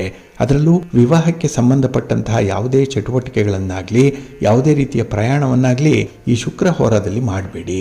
ಇನ್ನು ಈ ದಿನದಲ್ಲಿ ಯಾವುದೇ ದಾಖಲೆ ಪತ್ರಗಳಿಗೆ ಸಹಿ ಮಾಡುವಂತಹ ವಿಚಾರ, ಈ ಡಾಕ್ಯುಮೆಂಟ್ಸ್ ವಿಚಾರ ಅಥವಾ ವ್ಯಾಪಾರ ವ್ಯವಹಾರಗಳಲ್ಲಿ ಬಂಡವಾಳ ತೊಡಗಿಸುವಂಥ ವಿಚಾರ, ಈ ಸಂಬಂಧವಾಗಿ ನಿರ್ಧಾರ ಮಾಡುವಂಥ ವಿಚಾರ ಯಾವುದನ್ನು ಕೂಡ ಶುಕ್ರ ಹೋರಾದಲ್ಲಿ ಮಾಡಬೇಡಿ. ಒಟ್ಟಾರೆ ಹಣಕಾಸಿಗೆ ಸಂಬಂಧಪಟ್ಟಂತಹ ವಿಚಾರಗಳು ಶುಕ್ರ ಹೋರಾದಲ್ಲಿ ಪ್ರಸ್ತಾಪ ಮಾಡಬೇಡಿ. ಇದು ಈ ದಿನ ಬೆಳಿಗ್ಗೆ 5 ಗಂಟೆ 21 ನಿಮಿಷದಿಂದ ಬೆಳಿಗ್ಗೆ 6 ಗಂಟೆ 24 ನಿಮಿಷದವರೆಗೆ. ಹಾಗೆ ಮಧ್ಯಾಹ್ನ 12 ಗಂಟೆ 6 ನಿಮಿಷದಿಂದ ಮಧ್ಯಾಹ್ನ 1 ಗಂಟೆ 3 ನಿಮಿಷದವರೆಗೆ. ಇನ್ನು ಸಂಜೆ 6 ಗಂಟೆ 52 ನಿಮಿಷದಿಂದ ರಾತ್ರಿ 7 ಗಂಟೆ 55 ನಿಮಿಷದವರೆಗೆ ಶುಕ್ರ ಹೋರ ಇರುವಂಥ ಸಮಯ. ಇದು ಸ್ವಲ್ಪ ಅನ್ಫೇವರಬಲ್ ಆಗಿರೋದ್ರಿಂದ ಇದನ್ನು ಅವಾಯ್ಡ್ ಮಾಡ್ಕೊಳ್ಳಿ, ಒಳ್ಳೆಯದಾಗುತ್ತೆ. ಇನ್ನು ಈ ದಿನ ಇರುವಂಥ ಕುಜ ಹೋರ ಚೆನ್ನಾಗಿದೆ. ಅದರಲ್ಲೂ ಕುಜ ಭೂಮಿಕಾರಕ. ಹಾಗಾಗಿ ಸ್ಥಿರಾಸ್ತಿಗೆ ಸಂಬಂಧಪಟ್ಟಂತಹ ವಿಚಾರಗಳು, ನಿಮ್ಮ ಮನೆ, ಸೈಟು, ಜಮೀನು ಇತ್ಯಾದಿಗಳನ್ನು ಮಾರಾಟ ಮಾಡುವಂಥದ್ದಾಗಲಿ ಅಥವಾ ಖರೀದಿ ಮಾಡುವಂಥ ವಿಚಾರ ಆಗಲಿ, ಇನ್ನು ಈ ಸೈಟ್ ರಿಜಿಸ್ಟ್ರೇಷನ್ ವಿಚಾರ, ಬಂಡವಾಳ ಹಾಕುವಂಥದ್ದು, ಅಗ್ರಿಮೆಂಟ್ ಮಾಡಿಕೊಳ್ಳುವಂಥ ವಿಚಾರ ಅಥವಾ ಜಮೀನಿನಲ್ಲಿ ಅಭಿವೃದ್ಧಿ ಕೆಲಸಗಳನ್ನು ಮಾಡುವಂಥದ್ದು, ಇದೆಲ್ಲವನ್ನು ಕೂಡ ಈ ದಿನ ಇರುವಂಥ ಕುಜ ಹೋರಾದಲ್ಲಿ ಮಾಡಬಹುದು, ಒಳ್ಳೆಯ ಫಲ ಸಿಕ್ಕತ್ತೆ. ಜೊತೆಗೆ ನಿಮ್ಮ ಯಾವುದೇ ಉತ್ಪನ್ನಗಳನ್ನು ಮಾರ್ಕೆಟಿಂಗ್ ಮಾಡುವಂತಹ ವಿಚಾರ ಇದ್ದರೂ ಕೂಡ ಅದು ನಿಮಗೆ ಒಳ್ಳೆಯ ಲಾಭವನ್ನು ತರುತ್ತೆ ಕುಜ ಹೋರಾದಲ್ಲಿ ನಿಮ್ಮ ಚಟುವಟಿಕೆಗಳು ಆರಂಭ ಆದಾಗ. ಹಾಗಾಗಿ ಈ ದಿನ ಕುಜಹೋರ ಇರುವಂತಹ ಸಮಯ ಬೆಳಿಗ್ಗೆ 10 ಗಂಟೆ 12 ನಿಮಿಷದಿಂದ ಬೆಳಿಗ್ಗೆ 11 ಗಂಟೆ 9 ನಿಮಿಷದವರೆಗೆ. ಇನ್ನು ಸಂಜೆ 4 ಗಂಟೆ 52 ನಿಮಿಷದಿಂದ ಸಂಜೆ 5 ಗಂಟೆ 50 ನಿಮಿಷದವರೆಗೆ. ಹಾಗೆ ರಾತ್ರಿ 12 ಗಂಟೆ 7 ನಿಮಿಷದಿಂದ ರಾತ್ರಿ 1 ಗಂಟೆ 9 ನಿಮಿಷದವರೆಗೆ ಕುಜಹೋರ ಇರುವಂತಹ ಸಮಯ. ಇದನ್ನು ನೀವು ಅನುಸರಣೆ ಮಾಡಬಹುದು, ಒಳ್ಳೆಯದಾಗತ್ತೆ. ಹಾಗಾಗಿ ಬಂಧುಗಳೇ, ನಿಮ್ಮ ಕೆಲಸ ಕಾರ್ಯಗಳನ್ನು, ನಿಮ್ಮ ಚಟುವಟಿಕೆಗಳನ್ನು, ನಿಮ್ಮ ಪ್ರಯಾಣವನ್ನು ಆದಷ್ಟು ಶುಭ ಮುಹೂರ್ತದಲ್ಲಿ ಆರಂಭ ಮಾಡಿ. ಪ್ರತಿನಿತ್ಯ ನೀವು ಯಾವ ಮುಹೂರ್ತ ಚೆನ್ನಾಗಿದೆ, ಯಾವ ಹೊರದಲ್ಲಿ ಯಾವ ಕೆಲಸಗಳನ್ನು ಮಾಡಿದ್ರೆ ಉತ್ತಮ ಫಲ ಸಿಕ್ಕತ್ತೆ, ಈ ಎಲ್ಲ ವಿಚಾರಗಳನ್ನು ನೀವು ಪ್ರತಿನಿತ್ಯ ಗಮನಿಸಬೇಕು. ಅದಕ್ಕಾಗಿಯೇ ಸಿರಿಗನ್ನಡ ಸುದ್ದಿವಾಹಿನಿ ಪ್ರತಿನಿತ್ಯ ಪ್ರಸಾರ ಮಾಡುವಂಥ ಈ ಪಂಚಾಂಗದ ವಿವರಗಳನ್ನು ಕೇಳಿಸ್ಕೊಳ್ಳಿ. ಇದರಲ್ಲಿ ನಿಮಗೆ ಬೇಕಾದಂತಹ ಎಲ್ಲ ಮಾಹಿತಿಗಳು ಕೂಡ ಸಿಕ್ಕತ್ತೆ. ಇದನ್ನು ನೀವು ಅನುಸರಣೆ ಮಾಡೋದ್ರಿಂದ ನಿಮ್ಮ ಪ್ರಯತ್ನ ಯಶಸ್ವಿಯಾಗತ್ತೆ. ನೀವು ಅಂದುಕೊಂಡಂತಹ ಫಲಿತಾಂಶವನ್ನು ಪಡ್ಕೊಳ್ಳಿಕ್ಕೆ ಈ ಪಂಚಾಂಗ ನಿಮಗೆ ಸಹಕಾರಿಯಾಗಿರುತ್ತೆ, ಒಳ್ಳೆಯದಾಗತ್ತೆ. ಬಂಧುಗಳೇ, ಈ ದಿನ ಮಾರ್ಗಶಿರ ಮಾಸದ ತ್ರಯೋದಶಿಯ ತಿಥಿ ಇರುವಂತಹ ದಿನ, ಬಹಳ ವಿಶೇಷವಾದಂತಹ ದಿನ. ಹಾಗೆ ಈ ದಿನ ಶಿವ ದೀಪೋತ್ಸವವನ್ನು ಆಚರಣೆ ಮಾಡುವಂಥ ಒಂದು ಪವಿತ್ರವಾದ ದಿನ. ಹಾಗೆ ನಾಳೆಯ ದಿನ ಬೆಳಿಗ್ಗೆ ಚತುರ್ದಶಿಯ ತಿಥಿ ಇರುತ್ತೆ. ಇದು ಬೆಳಿಗ್ಗೆ 7 ಗಂಟೆ 32 ನಿಮಿಷದವರೆಗೆ ಇದ್ದು ನಂತರ ಉಪರಿ ಇರೋದ್ರಿಂದ ಹುಣ್ಣಿಮೆ ಕೂಡ ಆರಂಭ ಆಗಿಬಿಡುತ್ತೆ. ಹಾಗಾಗಿ ನಾಳೆ ಹುಣ್ಣಿಮೆ ಆಚರಣೆ ಇರುತ್ತೆ. ದತ್ತಾತ್ರೇಯ ಜಯಂತಿಯನ್ನು ಆಚರಣೆ ಮಾಡುವಂಥದ್ದಿದೆ. ಹಾಗೆ ಈ ನಾಳೆಯ ಹುಣ್ಣಿಮೆಯನ್ನು ಹೊಸ್ತಿಲ ಹುಣ್ಣಿಮೆ ಅಂತ ಹೇಳಿ ಕರೆಯುವಂಥದ್ದಿದೆ. ಉತ್ತರ ಕರ್ನಾಟಕದ ಭಾಗದಲ್ಲಿ ಬಹಳ ವಿಶೇಷವಾಗಿ ಈ ಹುಣ್ಣಿಮೆಯನ್ನು ಆಚರಣೆ ಮಾಡುವಂಥದ್ದು ಇದೆ. ಹಾಗಾಗಿ ಈ ದಿನ ಮತ್ತೆ ನಾಳೆ ನಿಮಗೆ ತುಂಬ ಅನುಕೂಲಕರವಾಗಿರುವಂಥ ಸಂದರ್ಭಗಳಿದೆ. ಹಾಗೆ ಬಂಧುಗಳೇ, ಈ ಹುಣ್ಣಿಮೆ ಆಗಲಿ ಅಥವಾ ಅಮಾವಾಸ್ಯೆ ಆಗಲಿ ನಮಗೆ ಸೂರ್ಯ ಚಂದ್ರರ ಇರುವಿಕೆಯ ಬಗ್ಗೆ ಬಹಳ ಸ್ಪಷ್ಟವಾಗಿ ನಮಗೆ ಗೊತ್ತಾಗುತ್ತೆ. ಹಾಗೆ ನವಗ್ರಹಗಳಲ್ಲಿ ಸೂರ್ಯ ಮತ್ತು ಚಂದ್ರರ ಸ್ಥಾನ ಬಹಳ ವಿಶೇಷವಾಗಿ ಪರಿಗಣಿಸಲ್ಪಡುವಂಥದ್ದು. ಏಕೆಂದರೆ ಈ ಎರಡೂ ಗ್ರಹಗಳು ನಮ್ಮ ಕಣ್ಣಿಗೆ ಪ್ರತಿದಿನ ಕಾಣಿಸುವಂಥದ್ದು. ಹಾಗಾಗಿನೇ ಈ ನವಗ್ರಹಗಳು ಭಾರತೀಯ ಜ್ಯೋತಿಷ್ಯದ 9 ಆಧಾರ ಸ್ತಂಭಗಳು ಅಂತಲೇ ಕರೀತಾರೆ. ಇವುಗಳ ಸ್ವರೂಪ ಭೌತಿಕ ಗ್ರಹಗಳಿಗಿಂತ ಹಲವಾರು ರೀತಿಯಲ್ಲಿ ವ್ಯಾಪಕವಾಗಿ ಇರುವಂಥದ್ದು, ದೈವಿಕವಾಗಿ ಇರುವಂಥದ್ದು, ಕರ್ಮ ಸಂಸ್ಕಾರಗಳ ಸೂಕ್ಷ್ಮ ನಿಯಂತ್ರಕರ ರೂಪದಲ್ಲಿ ಇದು ಪರಿಗಣಿಸಲ್ಪಟ್ಟಿರುವಂಥದ್ದು. ಹಾಗಾಗಿನೇ ಈ 9 ಗ್ರಹಗಳೇನಿದೆ, ನವಗ್ರಹಗಳೇನಿದೆ, ಇದು ವ್ಯಕ್ತಿಯ ಜೀವನದಲ್ಲಿ ಬಹಳ ಪ್ರಭಾವವನ್ನು ಬೀರುವಂಥದ್ದು. ಹಾಗಾಗಿನೇ ಈ ಗ್ರಹಗಳ ಪ್ರಕೃತಿಯನ್ನು 3 ಹಂತಗಳಲ್ಲಿ ನಾವು ನೋಡ್ಬೋದು. ಅದು ದೈಹಿಕವಾಗಿ ಅಂದರೆ ಜ್ಯೋತಿಷೀಯ ರೀತಿಯಲ್ಲಿ ಗ್ರಹಗಳನ್ನು ನೋಡುವಂಥದ್ದು, ಇನ್ನೊಂದು ಗುಣಾತ್ಮಕವಾಗಿ ನೋಡುವಂಥದ್ದು, ಇನ್ನೊಂದು ಕಾರಕತ್ವಗಳ ರೂಪದಲ್ಲಿ ಗ್ರಹಗಳನ್ನು ನೋಡುವಂಥದ್ದು ಇದೆ. ಅಂದರೆ ಯಾವ ಯಾವ ಗ್ರಹಗಳು ಯಾವ ರೀತಿಯ ಕಾರಕತ್ವಗಳನ್ನು ಕೊಡುತ್ತೆ ಅನ್ನುವಂಥದ್ದು. ಹಾಗಾಗಿ ಈ ನವಗ್ರಹಗಳ ಈ ಬಹು ಆಯಾಮ ಏನಿದೆ, ಇದರ ರಚನೆಯೇ ನಮ್ಮ ಜ್ಯೋತಿಷ್ಯ ವಿಜ್ಞಾನ. ಇದನ್ನು ವೈಜ್ಞಾನಿಕವಾಗಿ, ಆಧ್ಯಾತ್ಮಿಕವಾಗಿ, ದಾರ್ಶನಿಕವಾಗಿ ಎಲ್ಲ ದೃಷ್ಟಿಕೋನಗಳಿಂದಲೂ ಕೂಡ ನಾವು ನೋಡಲಿಕ್ಕೆ ಸಾಧ್ಯವಾಗುತ್ತೆ. ಹಾಗೆ ಈ ನವಗ್ರಹಗಳ ಕಾರಕತ್ವದ ಬಗ್ಗೆ ಹೇಳ್ತಾ ಇದ್ವಿ. ಅಂದರೆ ಈ 9 ಗ್ರಹಗಳು ನಮ್ಮ ಜೀವನದಲ್ಲಿ ಯಾವ ರೀತಿಯ ಪ್ರಭಾವವನ್ನು ಬೀರುತ್ತೆ, ಅದು ಕೊಡುವಂತಹ ಫಲಗಳೇನು ಅನ್ನುವಂಥದ್ದನ್ನು ನೋಡೋದಾದರೆ, ಮೊದಲನೇದಾಗಿ ರವಿ, ಸೂರ್ಯ, ಇದು ನಮಗೆ ಆತ್ಮಬಲವನ್ನು ಕೊಡುವಂಥದ್ದು. ನಮಗೆ ಜೀವನದಲ್ಲಿ ಒಂದು ಶಕ್ತಿಯನ್ನು ತುಂಬಬೇಕು ಅಂತ ಹೇಳಿದ್ರೆ ಈ ರವಿಯ ಒಂದು ಪ್ರಭಾವ ಬಹಳಷ್ಟು ಮಟ್ಟಿಗೆ ಬೇಕಾಗುತ್ತೆ. ಆದ್ದರಿಂದಲೇ ಈ ರವಿ ಆರೋಗ್ಯಕ್ಕೆ, ಶಕ್ತಿಗೆ ಕಾರಕನಾಗಿರುವಂಥವನು. ಇನ್ನು ಚಂದ್ರ ಮನಕಾರಕ, ಮನೋವೃತ್ತಿ ಮತ್ತು ಭಾವ, ಇದರ ಸಮತೋಲನವನ್ನು ಸೂಚಿಸುವಂಥವನು. ಇನ್ನು ಕುಜ ಭೂಮಿಕಾರಕ ಮತ್ತು ಕರ್ಮಕಾರಕ ಕೂಡ. ಹಾಗಾಗಿ ನಮಗೆ ಒಂದು ಕೆಲಸದ ಬಗ್ಗೆ ಪ್ರೇರೇಪಣೆ ಬರಬೇಕು, ಹಾಗೆ ಒಂದು ಸಂಘರ್ಷ, ಹಾಗೆ ಆ ಕೆಲಸವನ್ನು ಮುಂದುವರಿಸುವಂಥ ಶಕ್ತಿ, ಸಾಮರ್ಥ್ಯ ಬೇಕು ಅಂತ ಹೇಳಿದ್ರೆ ಈ ಕುಜನ ಪ್ರಭಾವದಿಂದ ಆಗುವಂಥದ್ದು. ಇನ್ನು ಬುಧ ಈಗಾಗಲೇ ಹೇಳಿದಾಗೆ ತರ್ಕಕ್ಕೆ ಸಂಬಂಧಪಟ್ಟಂಥವನು, ಸಂವಾದಕ್ಕೆ ಹಾಗೆ ವಿಶ್ಲೇಷಣೆಗೆ ಬುಧ ಕಾರಕತ್ವವನ್ನು ವಹಿಸ್ಕೊಳ್ತಾನೆ. ಹಾಗಾಗಿ ಗಣಿತ, ಲೆಕ್ಕಾಚಾರ, ವ್ಯವಹಾರಕ್ಕೂ ಕೂಡ ಬುಧ ಕಾರಕ. ಇನ್ನು ಗುರು ಧರ್ಮಕ್ಕೆ, ಸದಾಚಾರಕ್ಕೆ, ಶಿಕ್ಷಣಕ್ಕೆ ಕಾರಕನಾಗಿರುವಂಥವನು. ಹಾಗಾಗಿ ಒಂದು ಜ್ಞಾನ ಸಂಪಾದನೆಗಾಗಲಿ, ನ್ಯಾಯಯುತ ಜೀವನಕ್ಕಾಗಲಿ, ಶ್ರದ್ಧೆಯಿಂದ ಕೆಲಸ ಮಾಡೋದಕ್ಕಾಗಲಿ ಗುರುವಿನ ಅನುಗ್ರಹ ಬೇಕಾಗುತ್ತೆ. ಇನ್ನು ಶುಕ್ರ ಆಕರ್ಷಣೆಗೆ ಸಂಬಂಧಪಟ್ಟಿರುವಂತಹ ವಿಚಾರಗಳನ್ನು, ದಾಂಪತ್ಯಕ್ಕೆ ಸಂಬಂಧಪಟ್ಟಂಥದ್ದು, ಸೌಂದರ್ಯಕ್ಕೆ ಸಂಬಂಧಪಟ್ಟಂತಹ ಕಾರಕತ್ವಗಳನ್ನು ಶುಕ್ರ ನಮಗೆ ಕೊಡ್ತಾನೆ. ಇನ್ನು ಶನಿ ಕರ್ಮ ಫಲವನ್ನು ಕೊಡುವಂಥವನು. ನಮ್ಮ ಉದ್ಯೋಗ ಆಗಲಿ, ನಮ್ಮ ವೃತ್ತಿ ಆಗಲಿ, ಇದಕ್ಕೆ ಶನಿ ಕಾರಕ. ಹಾಗೆ ಆಯುಷ್ಯವನ್ನು, ಪರೀಕ್ಷಣವನ್ನು ಕೊಡುವಂಥವನು ಕೊಡುವಂಥವನು ಶನಿ. ಇನ್ನು ರಾಹು ಅಪರಂಪರಾಗತತೆಯನ್ನ ಕೊಡುವಂಥವನು, ಹಾಗೆ ಕ್ರಾಂತಿಯನ್ನ ಕೊಡ್ತಾನೆ, ಭ್ರಮೆಯನ್ನ ಹುಟ್ಟಿಸ್ತಾನೆ, ಆಸೆಯನ್ನ ಹುಟ್ಟಿಸ್ತಾನೆ ರಾಹು. ಆದ್ರೆ ಅದಕ್ಕೆ ವಿರುದ್ಧವಾಗಿ ಕೇತು ಮೋಕ್ಷವನ್ನ ನಮಗೆ ತಿಳಿಸುವಂಥವನು, ರಹಸ್ಯವನ್ನ ತಿಳಿಸುವಂಥವನು, ಪರಾವಿದ್ಯೆಯನ್ನ ತಿಳಿಸುವಂಥವನು ಕೇತು. ಹಾಗಾಗಿನೇ ಇಲ್ಲಿ ನಮ್ಮ ಜ್ಯೋತಿಷ್ಯದ ಸಂಪೂರ್ಣ ಫಲಿತ ವಿಧಾನ ಏನಿದೆ ಅದು ಪ್ರಾಚೀನ ಕಾಲದಿಂದಲೂ ಕೂಡ ನವಗ್ರಹಗಳ ತತ್ವವನ್ನು ಆಧರಿಸಿರುವಂಥದ್ದು. ಇಲ್ಲಿ ಗ್ರಹ ಅನ್ನುವಂಥ ಶಬ್ದ ಗೃಹ್ ಅನ್ನುವಂಥ ಒಂದು ಅರ್ಥವನ್ನು ಕೊಡುತ್ತೆ. ಅಂದರೆ ಗೃಹ್ ಅಂದರೆ ಆಕರ್ಷಣೆ ಅನ್ನುವಂಥ ಧಾತುವಿನಿಂದ ಬಂದಿರುವಂಥದ್ದು. ಅಂದರೆ ಜೀವಿಯ ಕರ್ಮಗಳನ್ನು ಹಿಡಿದು ಫಲದಾಯಕವಾದಂತಹ ಸ್ಥಿತಿಯನ್ನು ಒದಗಿಸುವಂಥವನ್ನೇ ಗ್ರಹ ಅಂತ ಹೇಳ್ಬೋದು. ಇಲ್ಲಿ ವೇದಗಳಲ್ಲಿ, ಬ್ರಾಹ್ಮಣ್ಯದಲ್ಲಿ, ಉಪನಿಷತ್ತಿನಲ್ಲಿ, ಸಿದ್ಧಾಂತ ಜ್ಯೋತಿಷ್ಯದಲ್ಲಿ, ಸಂಹಿತೆಯಲ್ಲಿ ಮತ್ತು ಹೊರಾಶಾಸ್ತ್ರ ಎಲ್ಲದರಲ್ಲೂ ಕೂಡ ನವಗ್ರಹಗಳ ಸತ್ವಗತಿಯನ್ನು, ಪ್ರಭಾವವನ್ನು ಮತ್ತು ಸ್ವಭಾವವನ್ನು ಸ್ಪಷ್ಟವಾಗಿ ತಿಳಿಸಿದ್ದಾರೆ. ಹಾಗೆ ಇಲ್ಲಿ ಋಗ್ವೇದ, ತೈತ್ತರೀಯ ಸಂಹಿತೆ, ಅಥರ್ವವೇದ, ಯಾಜ್ಞವಲ್ಕ್ಯ ಸ್ಮೃತಿ, ಪುರಾಣಗಳಲ್ಲಿ, ಬೃಹತ್ ಪರಾಶರ ಹೊರಾಶಾಸ್ತ್ರಗಳಲ್ಲಿ ನವಗ್ರಹಗಳನ್ನು ದೈವಿ ಚೇತನದ ರೂಪ ಅಂತ ಹೇಳಿ ಪರಿಭಾವಿಸಿದ್ದಾರೆ. ಆದ್ದರಿಂದಲೇ ಇವುಗಳ ಸ್ವಭಾವವನ್ನಾಗಲಿ, ಇವುಗಳ ಗುಣವನ್ನಾಗಲಿ, ಕಾರಕತ್ವಗಳನ್ನಾಗಲಿ ಮತ್ತು ಫಲಪ್ರದಾತ ಸ್ವರೂಪದ ವಿಸ್ತೃತ ವರ್ಣನೆ ಇಲ್ಲಿ ನಮಗೆ ಸಿಕ್ಕತ್ತೆ. ಹಾಗೆ ಈ ನವಗ್ರಹಗಳು ಕೇವಲ ಭೌತಿಕ ಪಿಂಡಗಳಲ್ಲ, ಬದಲಿಗೆ ಜೀವಿಯ ಸೂಕ್ಷ್ಮ ಕರ್ಮ ಬಂಧನದ ನಿಯಂತ್ರಕರು ಅಂತ ಹೇಳ್ತಾರೆ. ಮತ್ತೆ ಕಾಲಚಕ್ರದ ಪ್ರತೀಕಗಳು ಅಂತ ಹೇಳೇನೆ ಪರಿಗಣಿಸುವಂಥದ್ದು. ಹಾಗಾಗಿ ಈ ಗ್ರಹಗಳ ಪ್ರಭಾವ ನಮಗೆ ಕಾಲದಿಂದ ಕಾಲಕ್ಕೆ ಬದಲಾಗ್ತಾ ಇರುತ್ತೆ. ಹಾಗೆ ಒಬ್ಬನ ಸ್ಥಿತಿ ಈ ದಿನ ಇದ್ದಂತೆ ನಾಳೆಯ ದಿನ ಇರಲ್ಲ, ಅದು ಬದಲಾವಣೆಗೆ ಒಳಪಡುತ್ತೆ. ಅದಕ್ಕೆ ಪ್ರಮುಖವಾಗಿ ಕಾರಣ ಈ ನವಗ್ರಹಗಳೇ ಆಗಿರುತ್ತೆ. ಹಾಗಾಗಿನೇ ಈ ನವಗ್ರಹಗಳು 9 ಹೆಸರುಗಳೇನಿದೆ ಅದು ಬಹಳ ವಿಶೇಷವಾಗಿ ನಮ್ಮ ಪುರಾಣಗಳಲ್ಲಾಗಲಿ ಉಲ್ಲೇಖಿಸಲ್ಪಟ್ಟಿರುವಂಥದ್ದು. ಇಲ್ಲಿ ಈ 9 ಗ್ರಹಗಳ ಪೈಕಿ 7 ಗ್ರಹಗಳೇನಿದೆ, ಸೂರ್ಯ, ಚಂದ್ರ, ಕುಜ, ಬುಧ, ಗುರು, ಶುಕ್ರ ಮತ್ತು ಶನಿ, ಈ 7 ಗ್ರಹಗಳು ದೃಶ್ಯ ರೂಪದಲ್ಲಿ ಇರುತ್ತೆ. ಅಂದರೆ ದಿವ್ಯ ದೀಪ್ತಿಮಾನ ರೂಪದಲ್ಲಿ ಇರುತ್ತೆ. ಇವುಗಳನ್ನು ನಾವು ನೋಡಬಹುದು. ಆದರೆ ಈ ಕೊನೆಯ 2 ಗ್ರಹಗಳೇನಿದೆ ಅಂದರೆ ರಾಹು ಮತ್ತು ಕೇತು, ಇವು ಛಾಯಾತತ್ವದ ರೂಪದಲ್ಲಿ ವರ್ಣಿತವಾಗಿರುವಂಥದ್ದು.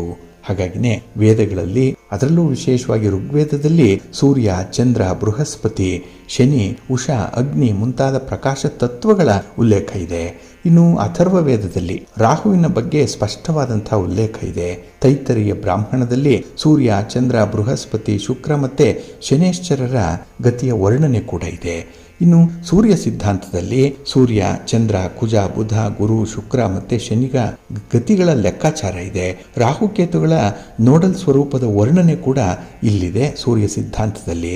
ಇನ್ನು ಪರಾಶರಿ ಪ್ರಮಾಣದಲ್ಲಿ ಬೃಹತ್ ಪರಾಶರರ ಹೊರಾಶಾಸ್ತ್ರ ಏನಿದೆ, ಇಲ್ಲಿ ಎಲ್ಲ 9 ಗ್ರಹಗಳ ಪ್ರಕೃತಿ ಏನಿದೆ, ಹಾಗೆ ದೈಹಿಕ ಸ್ವರೂಪ ಏನಿರುತ್ತೆ, ಅದರ ಗುಣಲಕ್ಷಣಗಳೇನು, ಕಾರಕತ್ವಗಳೇನು ಮತ್ತು ಯಾವ ಗ್ರಹ ಯಾವ ರೀತಿಯ ಫಲವನ್ನು ಕೊಡುತ್ತೆ ಅನ್ನುವಂಥದ್ರ ಬಗ್ಗೆ ಸ್ಪಷ್ಟವಾದ ವಿವರಣೆ ಇದೆ ಈ ಬೃಹತ್ ಪರಾಶರರ ಹೊರಾಶಾಸ್ತ್ರದಲ್ಲಿ.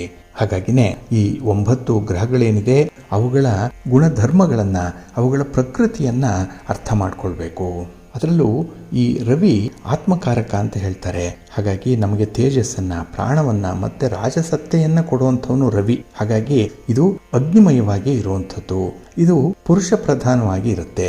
ಇಲ್ಲಿ ಇದರ ಅಂದರೆ ರವಿಯ ಕಾರಕತ್ವ ಆತ್ಮಬಲವನ್ನು ಕೊಡ್ತಾನೆ, ತಂದೆಯನ್ನ ಸೂಚಿಸುವಂಥದ್ದು. ಹಾಗೆ ಆಡಳಿತ, ಕೀರ್ತಿ, ಆರೋಗ್ಯ ಇವುಗಳನ್ನು ರವಿ ನಮಗೆ ದಯಪಾಲಿಸ್ತಾನೆ. ಇನ್ನು ಚಂದ್ರ ಮನಸ್ಸನ್ನ ಪ್ರತಿನಿಧಿಸುವಂಥವನು, ಹಾಗೆ ರಸವನ್ನ ಅಂದರೆ ದ್ರವ ಪದಾರ್ಥಗಳನ್ನು ಸೂಚಿಸುವಂಥವನು, ಶೀತಲತೆ ಮತ್ತೆ ಮನಸ್ಸಿನ ಭಾವನೆಗಳು ಇದನ್ನ ಚಂದ್ರ ಸೂಚಿಸ್ತಾನೆ. ಇಲ್ಲಿ ಸೌಮ್ಯ ಪ್ರಕೃತಿ ಇರುವಂಥದ್ದು ಚಂದ್ರನಿಗೆ. ಹಾಗೆ ಇದು ದ್ರವರೂಪಿಯಾಗಿ ಇರುತ್ತೆ, ಸ್ತ್ರೀ ಪ್ರಧಾನವಾಗಿ ಇರುವಂಥದ್ದು. ಹಾಗೆ ಈ ಚಂದ್ರನ ಕಾರಕತ್ವಗಳು ಅಂತ ಹೇಳಿದ್ರೆ ಚಂದ್ರ ತಾಯಿಯನ್ನ ಪ್ರತಿನಿಧಿಸುವಂಥವನು. ಹಾಗೆ ಮನಸ್ಸಿನ ಸ್ಥಿತಿಯನ್ನ, ಭಾವನಾ ಸಾಮರ್ಥ್ಯವನ್ನ ಮತ್ತೆ ಜಲತತ್ವವನ್ನ ಚಂದ್ರ ನಿರೂಪಿಸ್ತಾನೆ. ಇನ್ನು ಕುಜನನ್ನು ತೆಗೆದುಕೊಂಡ್ರೆ ಕುಜ ಬಲಕ್ಕೆ, ಶಕ್ತಿಗೆ, ಅಹಂಕಾರಕ್ಕೆ, ಕೋಪಕ್ಕೆ, ಧೈರ್ಯಕ್ಕೆ ಕಾರಕನಾಗಿರುವಂಥವನು. ಈ ಕುಜ ಅಂದರೆ ಭೂಮಿ ಕಾರಕ ಕೂಡ. ಹಾಗಾಗಿ ಭೂಮಿಗೆ ಸಂಬಂಧಪಟ್ಟಂತಹ ವಿಚಾರಗಳಿಗೂ ಕೂಡ ಕುಜನ ಪ್ರಭಾವ ಇರುತ್ತೆ. ಹಾಗೆ ಉಗ್ರ ಸ್ವರೂಪಿಯಾಗಿ ಇರ್ತಾನೆ, ಅಗ್ನಿ ತತ್ವವನ್ನು ಹೊಂದಿರುವಂಥವನು. ಹಾಗಾಗಿನೇ ಈ ಕುಜನ ಕಾರಕತ್ವ ಭೂಮಿಗೆ ಸಂಬಂಧಪಟ್ಟಂತಹ ವಿಚಾರ, ಸಂಪತ್ತು, ಶಸ್ತ್ರಾಸ್ತ್ರಗಳು, ಸಾಹಸ, ಶಕ್ತಿ ಪ್ರದರ್ಶನ ಇದನ್ನ ಕುಜ ಪ್ರತಿನಿಧಿಸ್ತಾನೆ. ಇನ್ನು ಬುಧನನ್ನು ತೆಗೆದುಕೊಂಡ್ರೆ ಈಗಾಗಲೇ ಹೇಳಿದಾಗೆ ಬುದ್ಧಿಗೆ ಕಾರಕ ಬುಧ. ಇನ್ನು ತರ್ಕಕ್ಕೆ, ಮಾತಿಗೆ, ವಾಣಿಜ್ಯಕ್ಕೆ, ಲೆಕ್ಕಾಚಾರಕ್ಕೆ, ಗಣಿತಕ್ಕೆ, ವ್ಯಾಪಾರಕ್ಕೆ ಬುಧ ಕಾರಕನಾಗಿರ್ತಾನೆ. ಇಲ್ಲಿ ಸೌಮ್ಯ ಪ್ರಕೃತಿಯನ್ನು ಹೊಂದಿರುವಂಥವನು ಬುಧ. ವಾಯುತತ್ವ ಬುಧಕ್ಕೆ ಇರುವಂಥದ್ದು. ಹಾಗಾಗಿನೇ ಬುದ್ಧಿ ಚಾಂಚಲ್ಯತೆ ಬಹಳ ವಾಯುವಿನ ರೂಪದಲ್ಲೇ ಇರುತ್ತೆ. ಹಾಗೆ ಇಲ್ಲಿ ಬರವಣಿಗೆಗಾಗಲಿ, ಗಣಿತಕ್ಕಾಗಲಿ, ವ್ಯಾಪಾರಕ್ಕಾಗಲಿ ಕಾರಕತ್ವವನ್ನು ಹೊಂದಿರುವಂತಹ ಬುಧ ಯುವರಾಜನಂತೆ ಎಲ್ಲ ಸೌಕರ್ಯಗಳನ್ನು, ಸೌಲಭ್ಯಗಳನ್ನು ಬಯಸುವಂಥವನು. ಇನ್ನು ಬೃಹಸ್ಪತಿ ಅಂದರೆ ಗುರುವನ್ನು ತೆಗೆದುಕೊಂಡ್ರೆ ಧರ್ಮಕ್ಕೆ, ಜ್ಞಾನಕ್ಕೆ, ನೀತಿಗೆ, ದೈವತ್ವಕ್ಕೆ ಕಾರಕನಾಗಿರುವಂಥವನು ಬುಧ.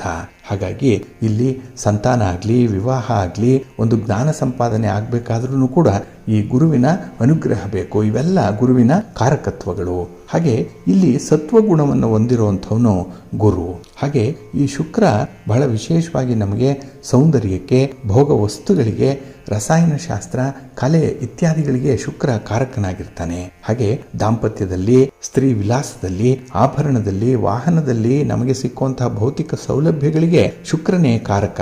ಹಾಗೆ ಸೌಮ್ಯ ಪ್ರಕೃತಿಯನ್ನು ಹೊಂದಿರುವಂತಹ ಶುಕ್ರ ರಜೋಗುಣವನ್ನ ಪ್ರತಿನಿಧಿಸುವಂಥವನು. ಹಾಗೆ ಜಲ ಮತ್ತೆ ವಾಯು ಮಿಶ್ರಿತವಾಗಿರುವಂತಹ ಈ ಶುಕ್ರನಿಂದ ನಮಗೆ ಸಂಪತ್ತು, ಸಮೃದ್ಧಿಗಳು ಸಿಕ್ಕತ್ತೆ. ಇನ್ನು ಶನಿಯನ್ನ ನಾವು ತೆಗೆದುಕೊಂಡ್ರೆ ಶನಿ ನ್ಯಾಯಕ್ಕೆ ಕಾರಕ. ಕರ್ಮಫಲ, ನಮ್ಮ ಆಯುಷ್ಯ, ಹಾಗೆ ನಮ್ಮ ಶ್ರಮ, ನಮ್ಮ ತಪಸ್ಸು, ಇದಕ್ಕೆ ಶನಿ ಕಾರಕನಾಗಿರುವಂಥವನು. ಹಾಗಾಗಿ ಇಲ್ಲಿ ಕಷ್ಟ ಸಹನೆ ಏನಿದೆ ಇದಕ್ಕೆ ಶನಿ ಬಹಳ ಪ್ರಮುಖವಾಗಿ ಕಾರಣನಾಗಿರ್ತಾನೆ. ಮಂದಗತಿಯಲ್ಲಿ ಚಲಿಸುವಂಥವನು ಶನಿ. ಹಾಗೆ ವಾಯುತತ್ವವನ್ನು ಹೊಂದಿರ್ತಾನೆ.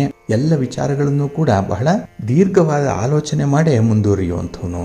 ಇನ್ನು ರಾಹು ಛಾಯಾಗ್ರಹ. ಇಲ್ಲಿ ನಮ್ಮಲ್ಲಿ ಒಂದು ಮಾಯೆಯನ್ನ, ನಮ್ಮಲ್ಲಿ ಒಂದು ಭ್ರಮೆಯನ್ನ, ಆಸೆಯನ್ನ, ಅತಿ ಆಸೆಯನ್ನ ಹುಟ್ಟಿಸುವಂಥವನು ರಾಹು. ಹಾಗಾಗಿ ಮಾಯಾಜಾಲಕ್ಕೆ, ರಾಜಕೀಯಕ್ಕೆ, ವಿದೇಶ ಪ್ರಯಾಣಕ್ಕೆ, ಅದ್ಭುತವಾದಂತಹ ಸಫಲತೆಗೆ ರಾಹುವೇ ಕಾರಕನಾಗಿರ್ತಾನೆ. ಇಲ್ಲಿ ಧೂಮ್ರವರ್ಣ ರಾಹುವಿಗೆ ಇರುವಂಥದ್ದು. ಹಾಗೆ ಛಾಯಾಮಯನಾಗಿ ಇರ್ತಾನೆ. ಬಹಳ ರಹಸ್ಯಮಯವಾದಂತಹ ಕೆಲಸಗಳನ್ನು ಮಾಡುವಂಥವರು ರಾಹುವಿನ ಪ್ರಭಾವಕ್ಕೆ ಒಳಗಾಗಿರ್ತಾರೆ. ಇನ್ನು ಕೇತು ಮೋಕ್ಷಕಾರಕ. ಇಲ್ಲಿ ನಮ್ಮಲ್ಲಿ ಒಂದು ವೈರಾಗ್ಯವನ್ನು ತರಿಸಲಿಕ್ಕೆ, ಹಾಗೆ ಆಧ್ಯಾತ್ಮಿಕತೆಯಲ್ಲಿ ಮುಂದುವರಿಲಿಕ್ಕೆ, ಇನ್ನು ನಮಗೆ ಮೋಕ್ಷ, ಈ ಕುಂಡಲಿನಿ ವಿದ್ಯೆ, ಹಾಗೆ ಆಧ್ಯಾತ್ಮಿಕವಾದ ಅನುಭವ, ಇವುಗಳನ್ನ ಕೇತು ನಮಗೆ ಕೊಡುವಂಥವನು. ಕೇತು ಅಗ್ನಿತತ್ವ ಜೊತೆಗೆ ಸೂಕ್ಷ್ಮವಾಗಿ ರಹಸ್ಯಮಯವಾದಂತಹ ವಿಚಾರಗಳ ಬಗ್ಗೆ ಕೂಡ ಆಸಕ್ತಿ, ಕುತೂಹಲ ಇರುವಂಥದ್ದು ಈ ಕೇತುವಿನಿಂದ. ಹಾಗಾಗಿನೇ ಈ ನವಗ್ರಹಗಳ ಸ್ವರೂಪ ಏನಿದೆ, ಅದು ಕೊಡುವಂತಹ ಕಾರಕತ್ವಗಳೇನಿದೆ, ಅದು ನಮ್ಮ ಪ್ರತಿನಿತ್ಯದ ಜೀವನದಲ್ಲಿ, ಪ್ರತಿನಿತ್ಯದ ಆಗು ಹೋಗುಗಳ ಮೇಲೆ ತುಂಬಾ ಪ್ರಭಾವವನ್ನು ಬೀರುವಂಥದ್ದು. ಇಲ್ಲಿ ಈ ಗ್ರಹಗಳನ್ನೇ 4 ತತ್ವಗಳ ಆಧಾರದ ಮೇಲೆ ವಿಂಗಡಿಸಿದ್ದಾರೆ. ಅದು ಅಗ್ನಿತತ್ವ, ಜಲತತ್ವ, ವಾಯುತತ್ವ ಮತ್ತೆ ಆಕಾಶ ತತ್ವ. ಇಲ್ಲಿ ಸೂರ್ಯ, ಕುಜ ಮತ್ತೆ ಕೇತು ಅಗ್ನಿತತ್ವಕ್ಕೆ ಸಂಬಂಧಪಟ್ಟರೆ, ಚಂದ್ರ ಮತ್ತೆ ಶುಕ್ರ ಜಲತತ್ವದವರು. ಇನ್ನು ಬುಧ ಮತ್ತೆ ಶನಿ ವಾಯುತತ್ವದವರಾದ್ರೆ, ಇಲ್ಲಿ ಛಾಯಾ ಗ್ರಹವಾದಂತಹ ರಾಹು ಆಕಾಶ ತತ್ವಕ್ಕೆ ಒಳಪಟ್ಟಿರುವಂಥದ್ದು. ಇನ್ನು ಇಲ್ಲಿ ರವಿ, ಕುಜ ಮತ್ತೆ ಗುರು ಪುರುಷ ಲಿಂಗವನ್ನ ಸೂಚಿಸಿದ್ರೆ, ಈ ಚಂದ್ರ ಮತ್ತೆ ಶುಕ್ರ ಸ್ತ್ರೀ ಲಿಂಗವನ್ನ ಸೂಚಿಸುತ್ತೆ. ಇನ್ನು ಬುಧ ಮತ್ತೆ ಶನಿ ನಪಂಸಕರಾದ್ರೆ, ಅದರ ಜೊತೆಗೆ ರಾಹು ಮತ್ತು ಕೇತು ಕೂಡ ನಪಂಸಕತ್ವವನ್ನು ಹೊಂದಿರ್ತಾರೆ. ಹಾಗಾಗಿನೇ ಈ ನವಗ್ರಹಗಳು, ನವಗ್ರಹಗಳ ಕಾರಕತ್ವ, ಹಾಗೆ ನವಗ್ರಹಗಳು ಕೊಡುವಂತಹ ಫಲಾಫಲಗಳು, ಇವು ನಮ್ಮ ದೈನಂದಿನ ಜೀವನದಲ್ಲಿ ತುಂಬಾ ಪ್ರಭಾವವನ್ನು ಬೀರುವಂಥದ್ದು. ಹಾಗಾಗಿ ವ್ಯಕ್ತಿಯ ಜೀವನದಲ್ಲೂ ಕೂಡ ಏರಿಳಿತಗಳನ್ನು ನಾವು ನೋಡ್ತಾ ಇದ್ದೇವೆ, ಅಥವಾ ನಾವೇ ಸ್ವತಃ ಅನುಭವಿಸ್ತಾ ಇದ್ದೇವೆ ಅಂತ ಹೇಳಿದ್ರೆ ಈ ಗ್ರಹಗಳ ಚಲನೆ ಬಹಳ ಕಾರಣವಾಗುತ್ತೆ. ಹಾಗಾಗಿನೇ ನಾವು ಪ್ರತಿನಿತ್ಯ ಈ ಚಂದ್ರನ ಚಲನೆಯನ್ನು ಆಧರಿಸಿ ಜ್ಯೋತಿಷ್ಯವನ್ನು ಹೇಳುವಂತಹ ರೀತಿಯಲ್ಲೇ ಈ ಗ್ರಹಗಳ ಚಲನೆಯನ್ನು ಆಧರಿಸಿ ನಾವು ಭವಿಷ್ಯವನ್ನು ನಿರ್ಧಾರ ಮಾಡಲಿಕ್ಕೂ ಕೂಡ ಸಾಧ್ಯ ಇದೆ. ಹಾಗಾಗಿ ನಿಮ್ಮ ವ್ಯಾಪಾರ, ವ್ಯವಹಾರಗಳು, ನಿಮ್ಮ ಉದ್ಯೋಗ, ನಿಮ್ಮ ಆರೋಗ್ಯ, ವೈವಾಹಿಕ ಬದುಕು, ನಿಮ್ಮ ಸಂತಾನ, ಈ ಎಲ್ಲದರ ಬಗ್ಗೆ ತಿಳ್ಕೊಳ್ಳಿಕ್ಕೆ ನಾವು ನಿಮ್ಮ ಜನ್ಮ ಕುಂಡಲಿಯಲ್ಲಿ ನವಗ್ರಹಗಳ ಸ್ಥಾನ ಯಾವುದಿದೆ, ಯಾವ ಗ್ರಹ ಯಾವ ಗ್ರಹವನ್ನ ದೃಷ್ಟಿಸ್ತಾ ಇದೆ, ಹಾಗೆ ಈ ಗ್ರಹಗಳ ಜೊತೆಯಲ್ಲಿ ಮಿತ್ರದ ಗ್ರಹಗಳ್ಯಾರು, ಶತ್ರು ಗ್ರಹಗಳ್ಯಾರು, ಇವುಗಳ ಸಂಯೋಗ ಹೇಗಿದೆ, ಈ ವಿಚಾರಗಳನ್ನು ನಾವು ಕೂಲಂಕುಷವಾಗಿ ತಿಳಿದು ಆ ವ್ಯಕ್ತಿಯ ಭವಿಷ್ಯವನ್ನ ನಿರ್ಧರಿಸಬೇಕಾಗತ್ತೆ. ಹಾಗಾಗಿ ಇಲ್ಲಿ ಜ್ಯೋತಿಷ್ಯ ಶಾಸ್ತ್ರ ಈ ಗ್ರಹಗಳ ಚಲನೆಯ ಅನುಸಾರವಾಗಿ ಯಾವ ರೀತಿಯಲ್ಲಿ ಪ್ರಭಾವ ಆ ವ್ಯಕ್ತಿಯ ಮೇಲಿರುತ್ತೆ, ಅದಕ್ಕೆ ಸಂಬಂಧಪಟ್ಟಂತಹ ಪರಿಹಾರಗಳನ್ನ ಯಾವ ಸಂದರ್ಭದಲ್ಲಿ ಮಾಡಿಕೊಳ್ಬೇಕು, ಯಾವ ರೀತಿಯ ಪರಿಹಾರ ಸೂಕ್ತವಾಗಿದೆ ಅನ್ನುವಂಥದ್ದನ್ನ ಜ್ಯೋತಿಷ್ಯ ಶಾಸ್ತ್ರ ತಿಳಿಸುತ್ತೆ. ಹಾಗಾಗಿ ಸಮಸ್ಯೆಗಳು ಬಂದಾಗ ಅದನ್ನ ನಿವಾರಣೆ ಮಾಡಿಕೊಳ್ಳುವಂತಹ ಒಂದು ಪರಿಹಾರ ಕ್ರಮವನ್ನ ಅನುಸರಣೆ ಮಾಡಬೇಕು. ಇದು ಬುದ್ಧಿವಂತರ ಲಕ್ಷಣ. ಹಾಗಾಗಿನೇ ನಿಮ್ಮ ಜಾತಕದಲ್ಲಿ ಯಾವುದೇ ರೀತಿಯ ಗ್ರಹ ದೋಷಗಳಿದ್ರೆ ಅದನ್ನ ಪರಿಹಾರ ಮಾಡಿಕೊಳ್ಳಿಕ್ಕೆ ಸಾಧ್ಯ ಇದೆ. ಅಂಥ ಒಂದು ಪ್ರಯತ್ನವನ್ನು ಮಾಡಿ, ಅಂಥ ಯಾವುದೇ ರೀತಿಯ ಜಾತಕಗಳು ಬೇಕಾಗಿದ್ದರೆ ಅಥವಾ ಜಾತಕಗಳ ಬಗ್ಗೆ ವಿಶ್ಲೇಷಣೆಗಳು ಬೇಕು, ಯಾವ ಸಂದರ್ಭದಲ್ಲಿ ಯಾವ ರೀತಿಯ ಪರಿಹಾರ ಕ್ರಮಗಳನ್ನು, ಶಾಂತಿ ಕಾರ್ಯಗಳನ್ನು ಮಾಡಿಕೊಳ್ಬೇಕು ಅನ್ನೋಂಥದ್ರ ಬಗ್ಗೆ ನಿಮಗೆ ಏನಾದರೂ ಜಿಜ್ಞಾಸೆ ಇದ್ದರೆ, ನಿಮಗೆ ಅಂತಹ ಕುತೂಹಲ ಇದ್ದರೆ ಅಥವಾ ಜಾತಕವನ್ನು ಬರೆಸಬೇಕು ಅನ್ನುವಂಥ ಒಂದು ತೀರ್ಮಾನ ಆಗಿದ್ರೆ ಅದಕ್ಕೆ ನಮ್ಮನ್ನು ಸಂಪರ್ಕ ಮಾಡಿ ನಿಮ್ಮ ಎಲ್ಲ ರೀತಿಯ ಸಮಸ್ಯೆಗಳಿಗೆ ಸೂಕ್ತವಾದ ರೀತಿಯಲ್ಲಿ ಪರಿಹಾರವನ್ನು ಹೇಳುವಂಥ ಒಂದು ಪ್ರಯತ್ನವನ್ನು ಮಾಡೋಣ. ಒಟ್ಟಾರೆ ನಿಮ್ಮ ಜೀವನದಲ್ಲಿ ಸುಖ, ಸಂತೋಷ, ಸೌಖ್ಯ, ಆರೋಗ್ಯದ ಬದುಕನ್ನು ಕಂಡುಕೊಳ್ಳಿಕ್ಕೆ ಈ ನವಗ್ರಹಗಳ ಪ್ರಭಾವ ಮತ್ತೆ ಅವುಗಳಿಗೆ ಸಂಬಂಧಪಟ್ಟಂತಹ ಪರಿಹಾರ ಇವುಗಳನ್ನು ನಾವು ವಿಚಾರ ಮಾಡೋಣ. ಒಳ್ಳೆಯದಾಗಲಿ. ಪ್ರೀತಿಯ ಬಂಧುಗಳೇ, ಇನ್ನು ಮುಂದೆ ದ್ವಾದಶ ರಾಶಿಯವರ ಗೋಚಾರ ಫಲಗಳು ಹೇಗಿವೆ ನೋಡೋಣ ಬನ್ನಿ. ಮೊದಲಿಗೆ ಮೇಷರಾಶಿ. ಮೇಷರಾಶಿಯವರಿಗೆ ಈ ದಿನ ಚಂದ್ರ ನಿಮ್ಮ ರಾಶಿಯಲ್ಲೇ ಸ್ಥಿತನಾಗಿರೋದ್ರಿಂದ ಈ ದಿನದ ಕೆಲಸ ಕಾರ್ಯಗಳು ಸಕಾಲದಲ್ಲಿ ಪೂರ್ಣ ಆಗುತ್ತೆ. ಒಂದೆರಡು ಕೆಲಸಗಳು ಮಾತ್ರ ಬಹಳ ಒತ್ತಡವನ್ನು ತರುವಂಥದ್ದು, ಆದರೂ ಕೂಡ ಅದನ್ನು ಗುರು ಹಿರಿಯರ ಮಾರ್ಗದರ್ಶನದಲ್ಲಿ ನಿಭಾಯಿಸುವಂಥ ಒಂದು ಸಾಮರ್ಥ್ಯ ನಿಮಗಿದೆ. ಹಾಗಾಗಿ ಈ ದಿನ ಯಾವುದೇ ಕೆಲಸ ಕೂಡ ನಿಮಗೆ ಹೊರೆ ಅಂತ ಅನಿಸಲ್ಲ. ಇನ್ನು ಈ ದಿನ ಸಮಾಜದಲ್ಲಿ ಕೂಡ ನಿಮ್ಮ ಪ್ರತಿಷ್ಠೆ ಹೆಚ್ಚಾಗುವಂಥದ್ದು, ಒಂದು ಗೌರವ ಸ್ಥಾನಮಾನ ಸಿಕ್ಕುವಂಥ ಸಾಧ್ಯತೆ ಇದೆ. ಹಾಗೆ ಈ ದಿನದಲ್ಲಿ ನಿರುದ್ಯೋಗಿಗಳಿಗೂ ಕೂಡ ಉತ್ತಮವಾದಂಥ ಅವಕಾಶಗಳು ಸಿಕ್ಕತ್ತೆ. ಆದರೆ ಬರುವಂಥ ಅವಕಾಶವನ್ನು ನೀವು ಸಮರ್ಥವಾಗಿ ಬಳಸ್ಕೊಳ್ಬೇಕು. ಹಾಗೆ ಈ ದಿನದಲ್ಲಿ ನಿಮಗೆ ಸ್ವಲ್ಪ ಕ್ಲಿಷ್ಟಕರವಾದಂಥ ವಾತಾವರಣ ಕುಟುಂಬದಲ್ಲಿ ಇರಬಹುದು, ಕೆಲಸಗಳ ಒತ್ತಡ ಇರಬಹುದು. ಆದರೆ ಅದನ್ನು ಬಹಳ ವಿಶೇಷ ರೀತಿಯಲ್ಲಿ ನೀವು ನಿಭಾಯಿಸುವಂಥದ್ದಿದೆ. ಹಾಗೆ ಆದಷ್ಟು ವಿವಾದಗಳಿಂದ ದೂರ ಇರುವಂಥದ್ದು ಉತ್ತಮ. ನಿಮ್ಮ ಆದಾಯ ಉತ್ತಮವಾಗಿರುತ್ತೆ.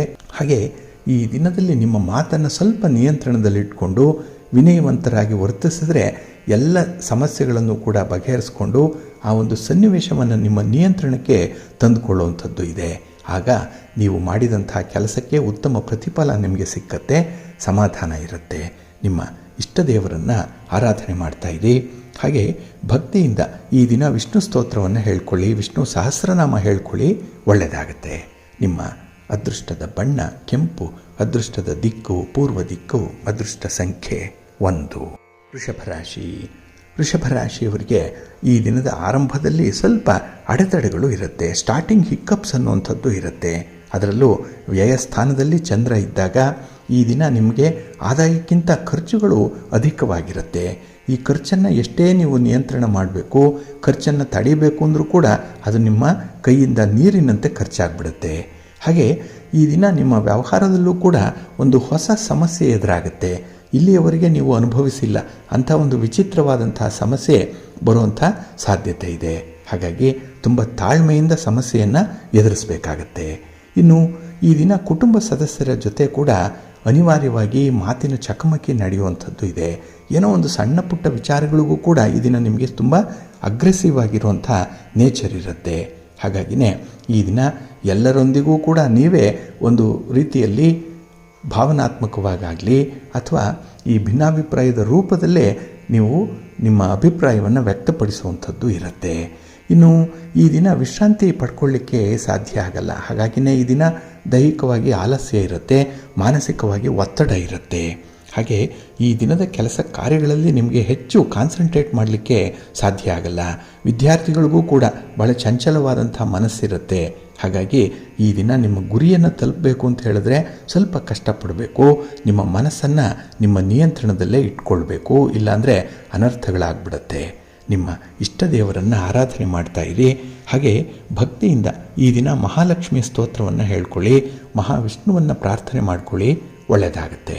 ನಿಮ್ಮ ಅದೃಷ್ಟದ ಬಣ್ಣ ಕೆಂಪು, ಅದೃಷ್ಟದ ದಿಕ್ಕು ಪೂರ್ವ ದಿಕ್ಕು, ಅದೃಷ್ಟ ಸಂಖ್ಯೆ 3. ಮಿಥುನ ರಾಶಿ. ಮಿಥುನ ರಾಶಿಯವರಿಗೆ ಈ ದಿನ ಲಾಭಸ್ಥಾನದಲ್ಲಿ ಚಂದ್ರ ಇರುವಂಥ ದಿನ. ಹಾಗಾಗಿನೇ ಈ ದಿನದ ವಿದ್ಯಮಾನಗಳು ನಿಮಗೆ ತೃಪ್ತಿಯನ್ನು ತರುತ್ತೆ, ಸಮಾಧಾನವನ್ನು ತರುತ್ತೆ. ಹಾಗೆ ನಿಮಗೆ ಎಷ್ಟೇ ಲಾಭ ಇದ್ದರೂ ಕೂಡ ಅದರಲ್ಲಿ ಒಂದು ತೃಪ್ತಿ ಇದೆ, ಪಾಲಿಗೆ ಬಂದದ್ದೇ ಪಂಚಾಮೃತ ಅನ್ನುವಂಥ ಸಿದ್ಧಾಂತ ಈ ದಿನ ನಿಮ್ಮ ಮನಸ್ಸಿನಲ್ಲಿ ಸದಾ ಇರುತ್ತೆ. ಹಾಗೆ ಈ ದಿನ ಸಮಾಜದ ಪ್ರಮುಖ ವ್ಯಕ್ತಿಗಳಿಂದ ಅಪರೂಪದ ಆಹ್ವಾನಗಳು ನಿಮಗೆ ಬರುವಂಥ ಸಾಧ್ಯತೆ ಕೂಡ ಇದೆ. ಇದರಿಂದ ಅವರ ಸಂಬಂಧದಲ್ಲಿ ಈ ದಿನ ಒಂದು ಹಂತಕ್ಕೆ ನೀವು ಬಲಿಷ್ಠರಾಗಿರುವಂತೆ ಕಾಣ್ತೀರಿ. ಹಾಗಾಗಿ ಸ್ನೇಹವನ್ನು ಉಳಿಸ್ಕೊಳ್ಳುವಂಥದ್ದು, ಹಾಗೆ ಆ ಕುಟುಂಬಸ್ಥರಿಗೆ ಬೇಕಾದಂಥ ನೆರವನ್ನು ನೀಡುವಂಥ ಒಂದು ತೀರ್ಮಾನದಲ್ಲೂ ಇರ್ತೀರಿ. ಹಾಗೆ ಈ ದಿನ ಹಣಕಾಸಿನ ವಾತಾವರಣ ಉತ್ತಮವಾಗಿರೋದ್ರಿಂದ ಬೇರೆ ಬೇರೆ ರೀತಿಯ ಕಮಿಟ್ಮೆಂಟ್ಗಳು ನಿಮ್ಮಿಂದ ಆಗುವಂಥದ್ದಿದೆ. ಆದರೆ ಅಗತ್ಯಕ್ಕೆ ತಕ್ಕಂತೆ ಮಾತ್ರ ನಿಮ್ಮ ಒಂದು ಖರ್ಚು ವೆಚ್ಚಗಳಿರಲಿ. ಇನ್ನು ಈ ದಿನ ವ್ಯವಹಾರದಲ್ಲಿ ನಿಮ್ಮ ಸ್ವಂತ ನಿರ್ಧಾರ ನಿಮಗೆ ಒಳ್ಳೆಯ ಫಲವನ್ನು ತರುತ್ತೆ. ಉದ್ಯೋಗ ಕ್ಷೇತ್ರದಲ್ಲಿ ನಿಮ್ಮಲ್ಲಿರುವಂಥ ದಕ್ಷತೆ ಅಧಿಕಾರಿಗಳನ್ನು ಗುರುತಿಸುವಂಥದ್ದು, ಅಧಿಕಾರಿಗಳ ಗಮನಕ್ಕೆ ಬರುವಂಥ ಸಾಧ್ಯತೆ ಕೂಡ ಇದೆ. ಹಾಗೆ ವ್ಯವಹಾರಗಳು ಯಾವುದೇ ಇದ್ದರೂ ಕೂಡ ಅದು ತುಂಬ ಲಾಭದಾಯಕವಾಗಿರುತ್ತೆ. ಸ್ತ್ರೀ ವರ್ಗದವರಿಂದ ಈ ದಿನ ನಿಮಗೆ ಹೆಚ್ಚಿನ ಅನುಕೂಲತೆಗಳು ಕೂಡ ಸಿಕ್ಕತ್ತೆ, ಒಳ್ಳೆಯದಾಗುತ್ತೆ. ನಿಮ್ಮ ಇಷ್ಟ ದೇವರನ್ನು ಆರಾಧನೆ ಮಾಡ್ತಾ ಇರಿ. ಹಾಗೆ ಭಕ್ತಿಯಿಂದ ಶ್ರೀರಾಮ ರಕ್ಷಾ ಸ್ತೋತ್ರವನ್ನು ಹೇಳ್ಕೊಳ್ಳಿ, ರಾಮನಾಮ ಜಪ ಮಾಡ್ಕೊಳ್ಳಿ, ಒಳ್ಳೆಯದಾಗತ್ತೆ. ನಿಮ್ಮ ಅದೃಷ್ಟದ ಬಣ್ಣ ನೇರಳೆ, ಅದೃಷ್ಟದ ದಿಕ್ಕು ಈಶಾನ್ಯ ದಿಕ್ಕು, ಅದೃಷ್ಟ ಸಂಖ್ಯೆ 1. ಕರ್ಕಾಟಕ ರಾಶಿ. ಕರ್ಕಾಟಕ ರಾಶಿಯವರಿಗೆ ಈ ದಿನ ತುಂಬ ಅನುಕೂಲಕರವಾಗಿರುವಂಥ ದಿನ, ಲಾಭದಾಯಕವಾಗಿರುವಂಥ ದಿನ, ಕಷ್ಟಪಟ್ಟು ಮಾಡಿದ ಕೆಲಸಕ್ಕೆ ಉತ್ತಮ ಪ್ರತಿಫಲ ಸಿಕ್ಕುವಂಥ ದಿನ. ಹಾಗಾಗಿನೇ ಈ ದಿನ ನಿಮ್ಮ ಯೋಗ್ಯತೆ, ನಿಮ್ಮ ಸಾಮರ್ಥ್ಯ, ಇದರ ಆಧಾರದ ಮೇಲೆ ನಿಮಗೆ ಗರಿಷ್ಠ ಪ್ರಮಾಣದಲ್ಲಿ ಲಾಭ ಸಿಕ್ಕತ್ತೆ. ಹಾಗೆ ನಿಮ್ಮ ಸ್ವಂತದ ಪ್ರಯೋಜನಕ್ಕಾಗಿ ಕೂಡ ಕೆಲವೊಂದು ಸನ್ನಿವೇಶಗಳನ್ನು ಬಳಸ್ಕೊಳ್ಳುವಂಥದ್ದು ಇದೆ. ಕೆಲವರ ಪರಿಚಯ, ಅವರಿಂದ ಆಗುವಂಥ ಒಂದು ಸಹಾಯ ನಿಮ್ಮ ಸ್ವಂತಕ್ಕೆ ಈ ದಿನ ಆಗತ್ತೆ. ಹಾಗೆ ಈ ದಿನ ಮಾಡುವಂಥ ಒಂದು ಕೆಲಸ ಕಾರ್ಯಗಳಲ್ಲಾಗಲಿ ಅಥವಾ ನಿಮ್ಮ ಮಾಡುವಂಥ ಪ್ರಯಾಣದಲ್ಲಾಗಲಿ ನಿಮಗೆ ಆಶ್ಚರ್ಯಕರವಾದಂಥ ಘಟನೆಗಳು ಸಂಭವಿಸುವಂಥದ್ದು ಇದೆ. ಒಟ್ಟಾರೆ ಪ್ರಯಾಣ ಯಶಸ್ವಿಯಾಗತ್ತೆ. ಅದರ ಜೊತೆಯಲ್ಲಿ ಕುತೂಹಲಗಳು ಕೂಡ ಉದ್ಭವ ಆಗುವಂಥದ್ದು ಇದೆ. ಇನ್ನು ಈ ದಿನ ನಿಮ್ಮ ಖರ್ಚು ವೆಚ್ಚಗಳ ಸಂದರ್ಭದಲ್ಲಿ ನಿಮ್ಮ ಹಿರಿಯರ ಬೇಕು ಬೇಡಗಳನ್ನು ನೀವು ಸ್ವಲ್ಪ ಸಮತೋಲನ ಸ್ಥಿತಿಯಲ್ಲಿ ನೋಡಬೇಕಾಗತ್ತೆ. ಹಾಗಾಗಿನೇ ಈ ದಿನ ಸ್ವಲ್ಪ ಲೆಕ್ಕಾಚಾರದ ಕಡೆ ಗಮನ ಕೊಡಿ, ಕುಟುಂಬಸ್ಥರ ಆರೋಗ್ಯದ ಕಡೆ ಗಮನ ಕೊಡಿ. ಇನ್ನು ಈ ದಿನ ನಿಮ್ಮ ಮತ್ತು ನಿಮ್ಮ ಪ್ರೀತಿ ಪಾತ್ರರ ನಡುವೆ, ನಿಮ್ಮ ಸಂಗಾತಿಯ ನಡುವೆ ಸಾಮರಸ್ಯ ಹೆಚ್ಚಾಗುವಂಥದ್ದು ಇದೆ. ಅದರಲ್ಲೂ ಕೆಲವೊಂದು ವ್ಯವಹಾರಗಳಲ್ಲಿ ನಿಮ್ಮ ಸಂಗಾತಿಯೇ ಕೆಲವು ಸಮಸ್ಯೆಗಳಿಗೆ ಪರಿಹಾರವನ್ನು ಸೂಚಿಸುವಂಥದ್ದು ಕೂಡ ಇದೆ. ಹಾಗಾಗಿ ಆ ಸಂಗಾತಿಯಿಂದ ಅಥವಾ ನಿಮ್ಮ ಪ್ರೀತಿ ಪಾತ್ರರಿಂದ ಈ ದಿನ ನಿಮಗೆ ಒಳ್ಳೆಯ ಸಹಕಾರ ಇದೆ, ಒಳ್ಳೆಯ ಲಾಭ ಕೂಡ ಇದೆ. ನೀವು ಇಷ್ಟು ಸಂತೋಷವಾಗಿರಲಿಕ್ಕೆ ಅವರು ಕೂಡ ಕಾರಕ, ಅವರು ಕೂಡ ಕಾರಣ. ಹಾಗಾಗಿ ನಿಮ್ಮ ಮನಸ್ಥಿತಿಯಂತೆ ಈ ದಿನ ನೀವು ತುಂಬ ಅನುಕೂಲತೆಗಳನ್ನು ಪಡ್ಕೊಳ್ತೀರಿ. ನಿಮ್ಮ ಇಷ್ಟ ದೇವರನ್ನು ಆರಾಧನೆ ಮಾಡ್ತಾ ಇರಿ, ಗಣಪತಿಯನ್ನು ಪ್ರಾರ್ಥನೆ ಮಾಡ್ಕೊಳ್ಳಿ, ಗಣಪತಿಯ ಸ್ತೋತ್ರವನ್ನು ಹೇಳ್ಕೊಳ್ಳಿ, ಒಳ್ಳೆಯದಾಗತ್ತೆ. ನಿಮ್ಮ ಅದೃಷ್ಟದ ಬಣ್ಣ ಬಿಳುಪು, ಅದೃಷ್ಟದ ದಿಕ್ಕು ಈಶಾನ್ಯ ದಿಕ್ಕು, ಅದೃಷ್ಟ ಸಂಖ್ಯೆ 1. ಸಿಂಹರಾಶಿ. ಸಿಂಹರಾಶಿಯವರಿಗೆ ಈ ದಿನ ಗ್ರಹಗತಿಗಳು ಅಷ್ಟೊಂದು ಅನುಕೂಲಕರವಾದಂಥ ಸ್ಥಿತಿಯಲ್ಲಿಲ್ಲ. ಅದಕ್ಕಾಗಿಯೇ ಈ ದಿನ ಮಿಶ್ರ ಫಲಗಳಿರುತ್ತೆ. ಅದರಲ್ಲೂ ಈ ದಿನ ತುಂಬ ಎಚ್ಚರಿಕೆಯಿಂದ ನಿಮ್ಮ ವ್ಯವಹಾರಗಳನ್ನು ಮುಂದುವರಿಸಬೇಕಾಗತ್ತೆ. ಎಲ್ಲಿ ಎಚ್ಚರ ತಪ್ಪಿದರೂ ಕೂಡ ಈ ದಿನ ಭಾರಿ ನಷ್ಟ ಉಂಟಾಗುತ್ತೆ. ಜೊತೆಗೆ ಈ ಸಂಬಂಧಗಳಲ್ಲೂ ಕೂಡ ಒಂದು ಕಹಿ ಅನುಭವಗಳು ಉಂಟಾಗುವಂಥ ಸಾಧ್ಯತೆ ತುಂಬ ಇರುತ್ತೆ. ಹಾಗಾಗಿ ಈ ದಿನ ಮೈಯೆಲ್ಲ ಕಣ್ಣಾಗಿ ನಿಮ್ಮ ವ್ಯವಹಾರಗಳನ್ನು ನೀವು ಮುಂದುವರಿಸಬೇಕು. ಹಾಗೆ ಈ ದಿನ ನಿಮಗೆ ಲಾಭ ಬರಲಿ, ಅನುಕೂಲ ಸಿಕ್ಕಲಿ ಅಥವಾ ನಿಮಗೆ ಎಲ್ಲ ಸೌಲಭ್ಯಗಳು ಸಿಕ್ಕಲಿ ಅನ್ನುವಂಥ ಒಂದು ಹತಾಶ ಭಾವವನ್ನು ಈ ದಿನ ಅನುಭವಿಸುವಂಥದ್ದು ಇದೆ. ನಿಮಗೆ ಆಸೆ ಇದೆ, ಆದರೆ ನಿರಾಸೆಯಾಗತ್ತೆ. ಆ ಒಂದು ಕೆಲಸ ಪೂರ್ಣ ಆಗಲ್ಲ. ಹಾಗಾಗಿನೇ ಕೈಗೆ ಬಂದ ತುತ್ತು ಬಾಯಿಯವರೆಗೂ ಇಲ್ಲ ಅನ್ನುವಂಥದ್ದು ಈ ಕಾರಣಕ್ಕಾಗಿಯೇ. ಇನ್ನು ಈ ದಿನ ಪ್ರಮುಖ ಯೋಜನೆಗಳಲ್ಲಿ ನಿಮ್ಮ ಒಂದು ಕಾರ್ಯಶೀಲತೆ ಗುರುತಿಸಲ್ಪಡುತ್ತೆ. ಆದರೆ ನಿಮ್ಮ ಸೋಮಾರಿತನ ಕೂಡ ಅಲ್ಲಿ ಎದ್ದು ಕಾಣಿಸ್ತಾ ಇರುತ್ತೆ. ಇನ್ನು ಈ ದಿನ ಯಾರಿಗಾದರೂ ಸಹಾಯ ಮಾಡುವಂಥ ಒಂದು ಸಂದರ್ಭ ಬಂದರೆ ನಿಮ್ಮ ಇತಿಮಿತಿ ಒಳಗೆ ಸಹಾಯ ಮಾಡುವಂಥ ಒಂದು ಪರಿಸ್ಥಿತಿಯನ್ನು ತಂದುಕೊಳ್ಬೇಕು. ಹಾಗೆ ಈ ದಿನ ಕೆಲವೊಂದು ಸನ್ನಿವೇಶಗಳನ್ನು ನಿಮ್ಮ ನಿಯಂತ್ರಣದಲ್ಲೇ ಇಟ್ಕೊಂಡ್ರೆ ಉತ್ತಮ. ಅದು ಬೇರೆಯವರ ಪಾಲಾದರೆ ಈ ದಿನ ಸ್ವಲ್ಪ ಪರಿತಪಿಸಬೇಕಾಗತ್ತೆ. ಹಾಗೆ ಈ ದಿನ ಮಕ್ಕಳ ವಿಚಾರವಾಗಿ ನೀವು ಕಟುವಾದ ನಿರ್ಧಾರವನ್ನು ಕೈಗೊಳ್ಳುವಂಥದ್ದು ಇದೆ. ಮಕ್ಕಳ ಮಾತು ನಡತೆ ಈ ದಿನ ಯಾಕೋ ಏನೋ ನಿಮಗೆ ಅಷ್ಟೊಂದು ಸೇರಲ್ಲ. ಹಾಗಾಗಿನೇ ಈ ದಿನ ಬೇಸರವನ್ನು, ನಿರಾಸೆಯನ್ನು ವ್ಯಕ್ತಪಡಿಸುವಂಥದ್ದು ಕೂಡ ಇರುತ್ತೆ. ಸ್ವಲ್ಪ ಎಚ್ಚರಿಕೆಯಿಂದ ಇರಿ. ಸದಾ ಮನಸ್ಸಿನ ಶಾಂತಿ ನೆಮ್ಮದಿಗಾಗಿ ಈ ದಿನ ಮಹಾವಿಷ್ಣುವನ್ನು ಆರಾಧನೆ ಮಾಡಿ ಮಹಾಲಕ್ಷ್ಮಿಯನ್ನು ಪ್ರಾರ್ಥನೆ ಮಾಡಿಕೊಳ್ಳಿ, ಒಳ್ಳೆಯದಾಗತ್ತೆ. ನಿಮ್ಮ ಅದೃಷ್ಟದ ಬಣ್ಣ ಕೆಂಪು, ಅದೃಷ್ಟದ ದಿಕ್ಕು ಪೂರ್ವ ದಿಕ್ಕು, ಅದೃಷ್ಟ ಸಂಖ್ಯೆ 2. ಕನ್ಯಾ ರಾಶಿ. ಕನ್ಯಾ ರಾಶಿಯವರಿಗೆ ಈ ದಿನ ಮಿಶ್ರ ಫಲಗಳ ಯೋಗ ಇರುವಂಥ ದಿನ.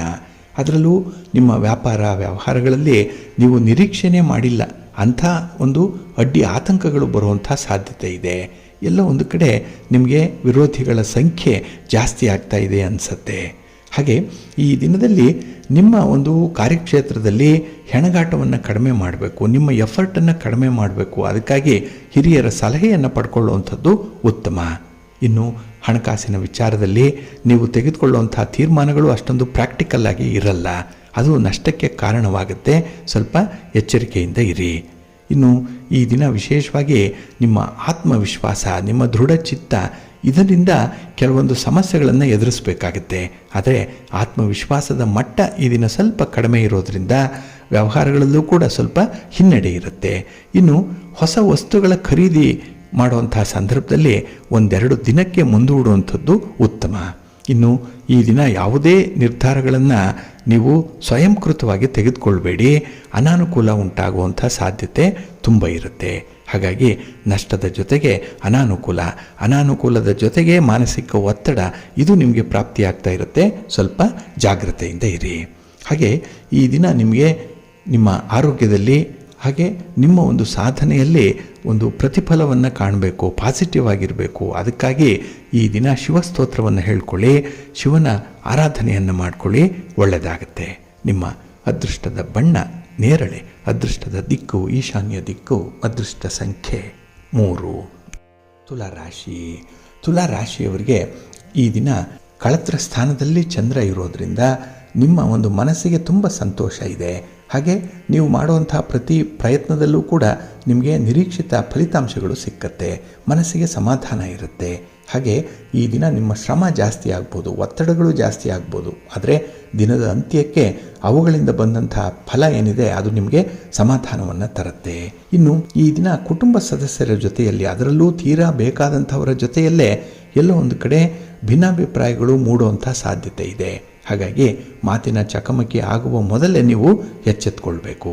ಇನ್ನು ಈ ದಿನ ವ್ಯವಹಾರಗಳಲ್ಲಿ ಆತುರದ ನಿರ್ಧಾರ ಒಳ್ಳೆಯದಲ್ಲ. ಕೆಲವೊಮ್ಮೆ ಆತುರದ ನಿರ್ಧಾರಗಳನ್ನು ಕೈಗೊಳ್ಳಬೇಕು ಅನಿಸುತ್ತೆ, ಸ್ವಲ್ಪ ಪ್ರಾಂಪ್ಟ್ನೆಸ್ ಉಂಟಾಗುವಂಥದ್ದಿದೆ, ಆದರೆ ನಿಯಂತ್ರಣ ಮಾಡಿಕೊಳ್ಬೇಕು. ಹಾಗೆ ಈ ದಿನ ಕೈಗೊಂಡಂಥ ಕೆಲಸ ಕಾರ್ಯಗಳು ಬಹಳ ವಿಶೇಷವಾಗಿ ಜರುಗುತ್ತೆ.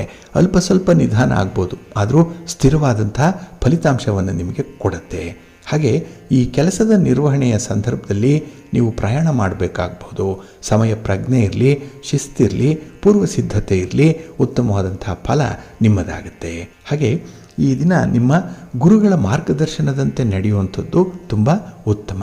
ಹಾಗೆ ಮನೆ ದೇವರನ್ನು ದರ್ಶನ ಮಾಡ್ಕೊಳ್ಳಿ, ಸ್ತೋತ್ರ ಹೇಳ್ಕೊಳ್ಳಿ. ನಿಮ್ಮ ಅದೃಷ್ಟದ ಬಣ್ಣ ಹಳದಿ, ಅದೃಷ್ಟದ ದಿಕ್ಕು ಪೂರ್ವ ದಿಕ್ಕು, ಅದೃಷ್ಟ ಸಂಖ್ಯೆ 1. ವೃಶ್ಚಿಕ ರಾಶಿ. ವೃಶ್ಚಿಕ ರಾಶಿಯವರಿಗೂ ಕೂಡ ಈ ದಿನ 6ರಲ್ಲಿ ಚಂದ್ರ ಇರೋದರಿಂದ ಶುಭ ಫಲಗಳು ಇರುತ್ತೆ. ಅದರಲ್ಲೂ ಪ್ರಗತಿಯ ದಾರಿ ಸುಗಮವಾಗಿದೆ. ನೀವು ಕಂಡುಕೊಂಡಂತಹ ದಾರಿ ನಿಮಗೆ ತುಂಬ ಸಂತೋಷವನ್ನು ತರುತ್ತೆ. ಹಾಗೆ ಈ ದಿನ ನಿಮ್ಮ ಆತ್ಮವಿಶ್ವಾಸ ಚೆನ್ನಾಗಿದೆ, ಮನೋಬಲ ಬಹಳಷ್ಟು ಮಟ್ಟಿಗೆ ಇರೋದರಿಂದಲೇ ಕೆಲವೊಂದು ಕೆಲಸ ಕಾರ್ಯಗಳನ್ನು ತುಂಬ ಮುತುವರ್ಜಿಯಿಂದ ಮಾಡ್ತೀರಿ. ಹಾಗೆ ಈ ದಿನ ನಿಮ್ಮ ಒಂದು ಕಾರ್ಯಕ್ಷೇತ್ರದಲ್ಲಿ ಸುಲಭವಾದ ಯಶಸ್ಸನ್ನು ಪಡ್ಕೊಳ್ಳಿಕ್ಕೆ ಎಲ್ಲ ಅವಕಾಶಗಳು ಕೂಡ ಇದೆ. ನೀವು ಪ್ರಯಾಣ ಮಾಡುವಂಥ ಸಂದರ್ಭದಿಂದ ಹಿಡಿದು ನಿಮ್ಮ ಗುರಿ ಮುಟ್ಟುವ ತನಕ ನಿಮಗೆ ಯಾವುದೇ ರೀತಿಯ ಅಡ್ಡಿ ಆತಂಕಗಳು ಈ ದಿನ ಉದ್ಭವಿಸಲ್ಲ.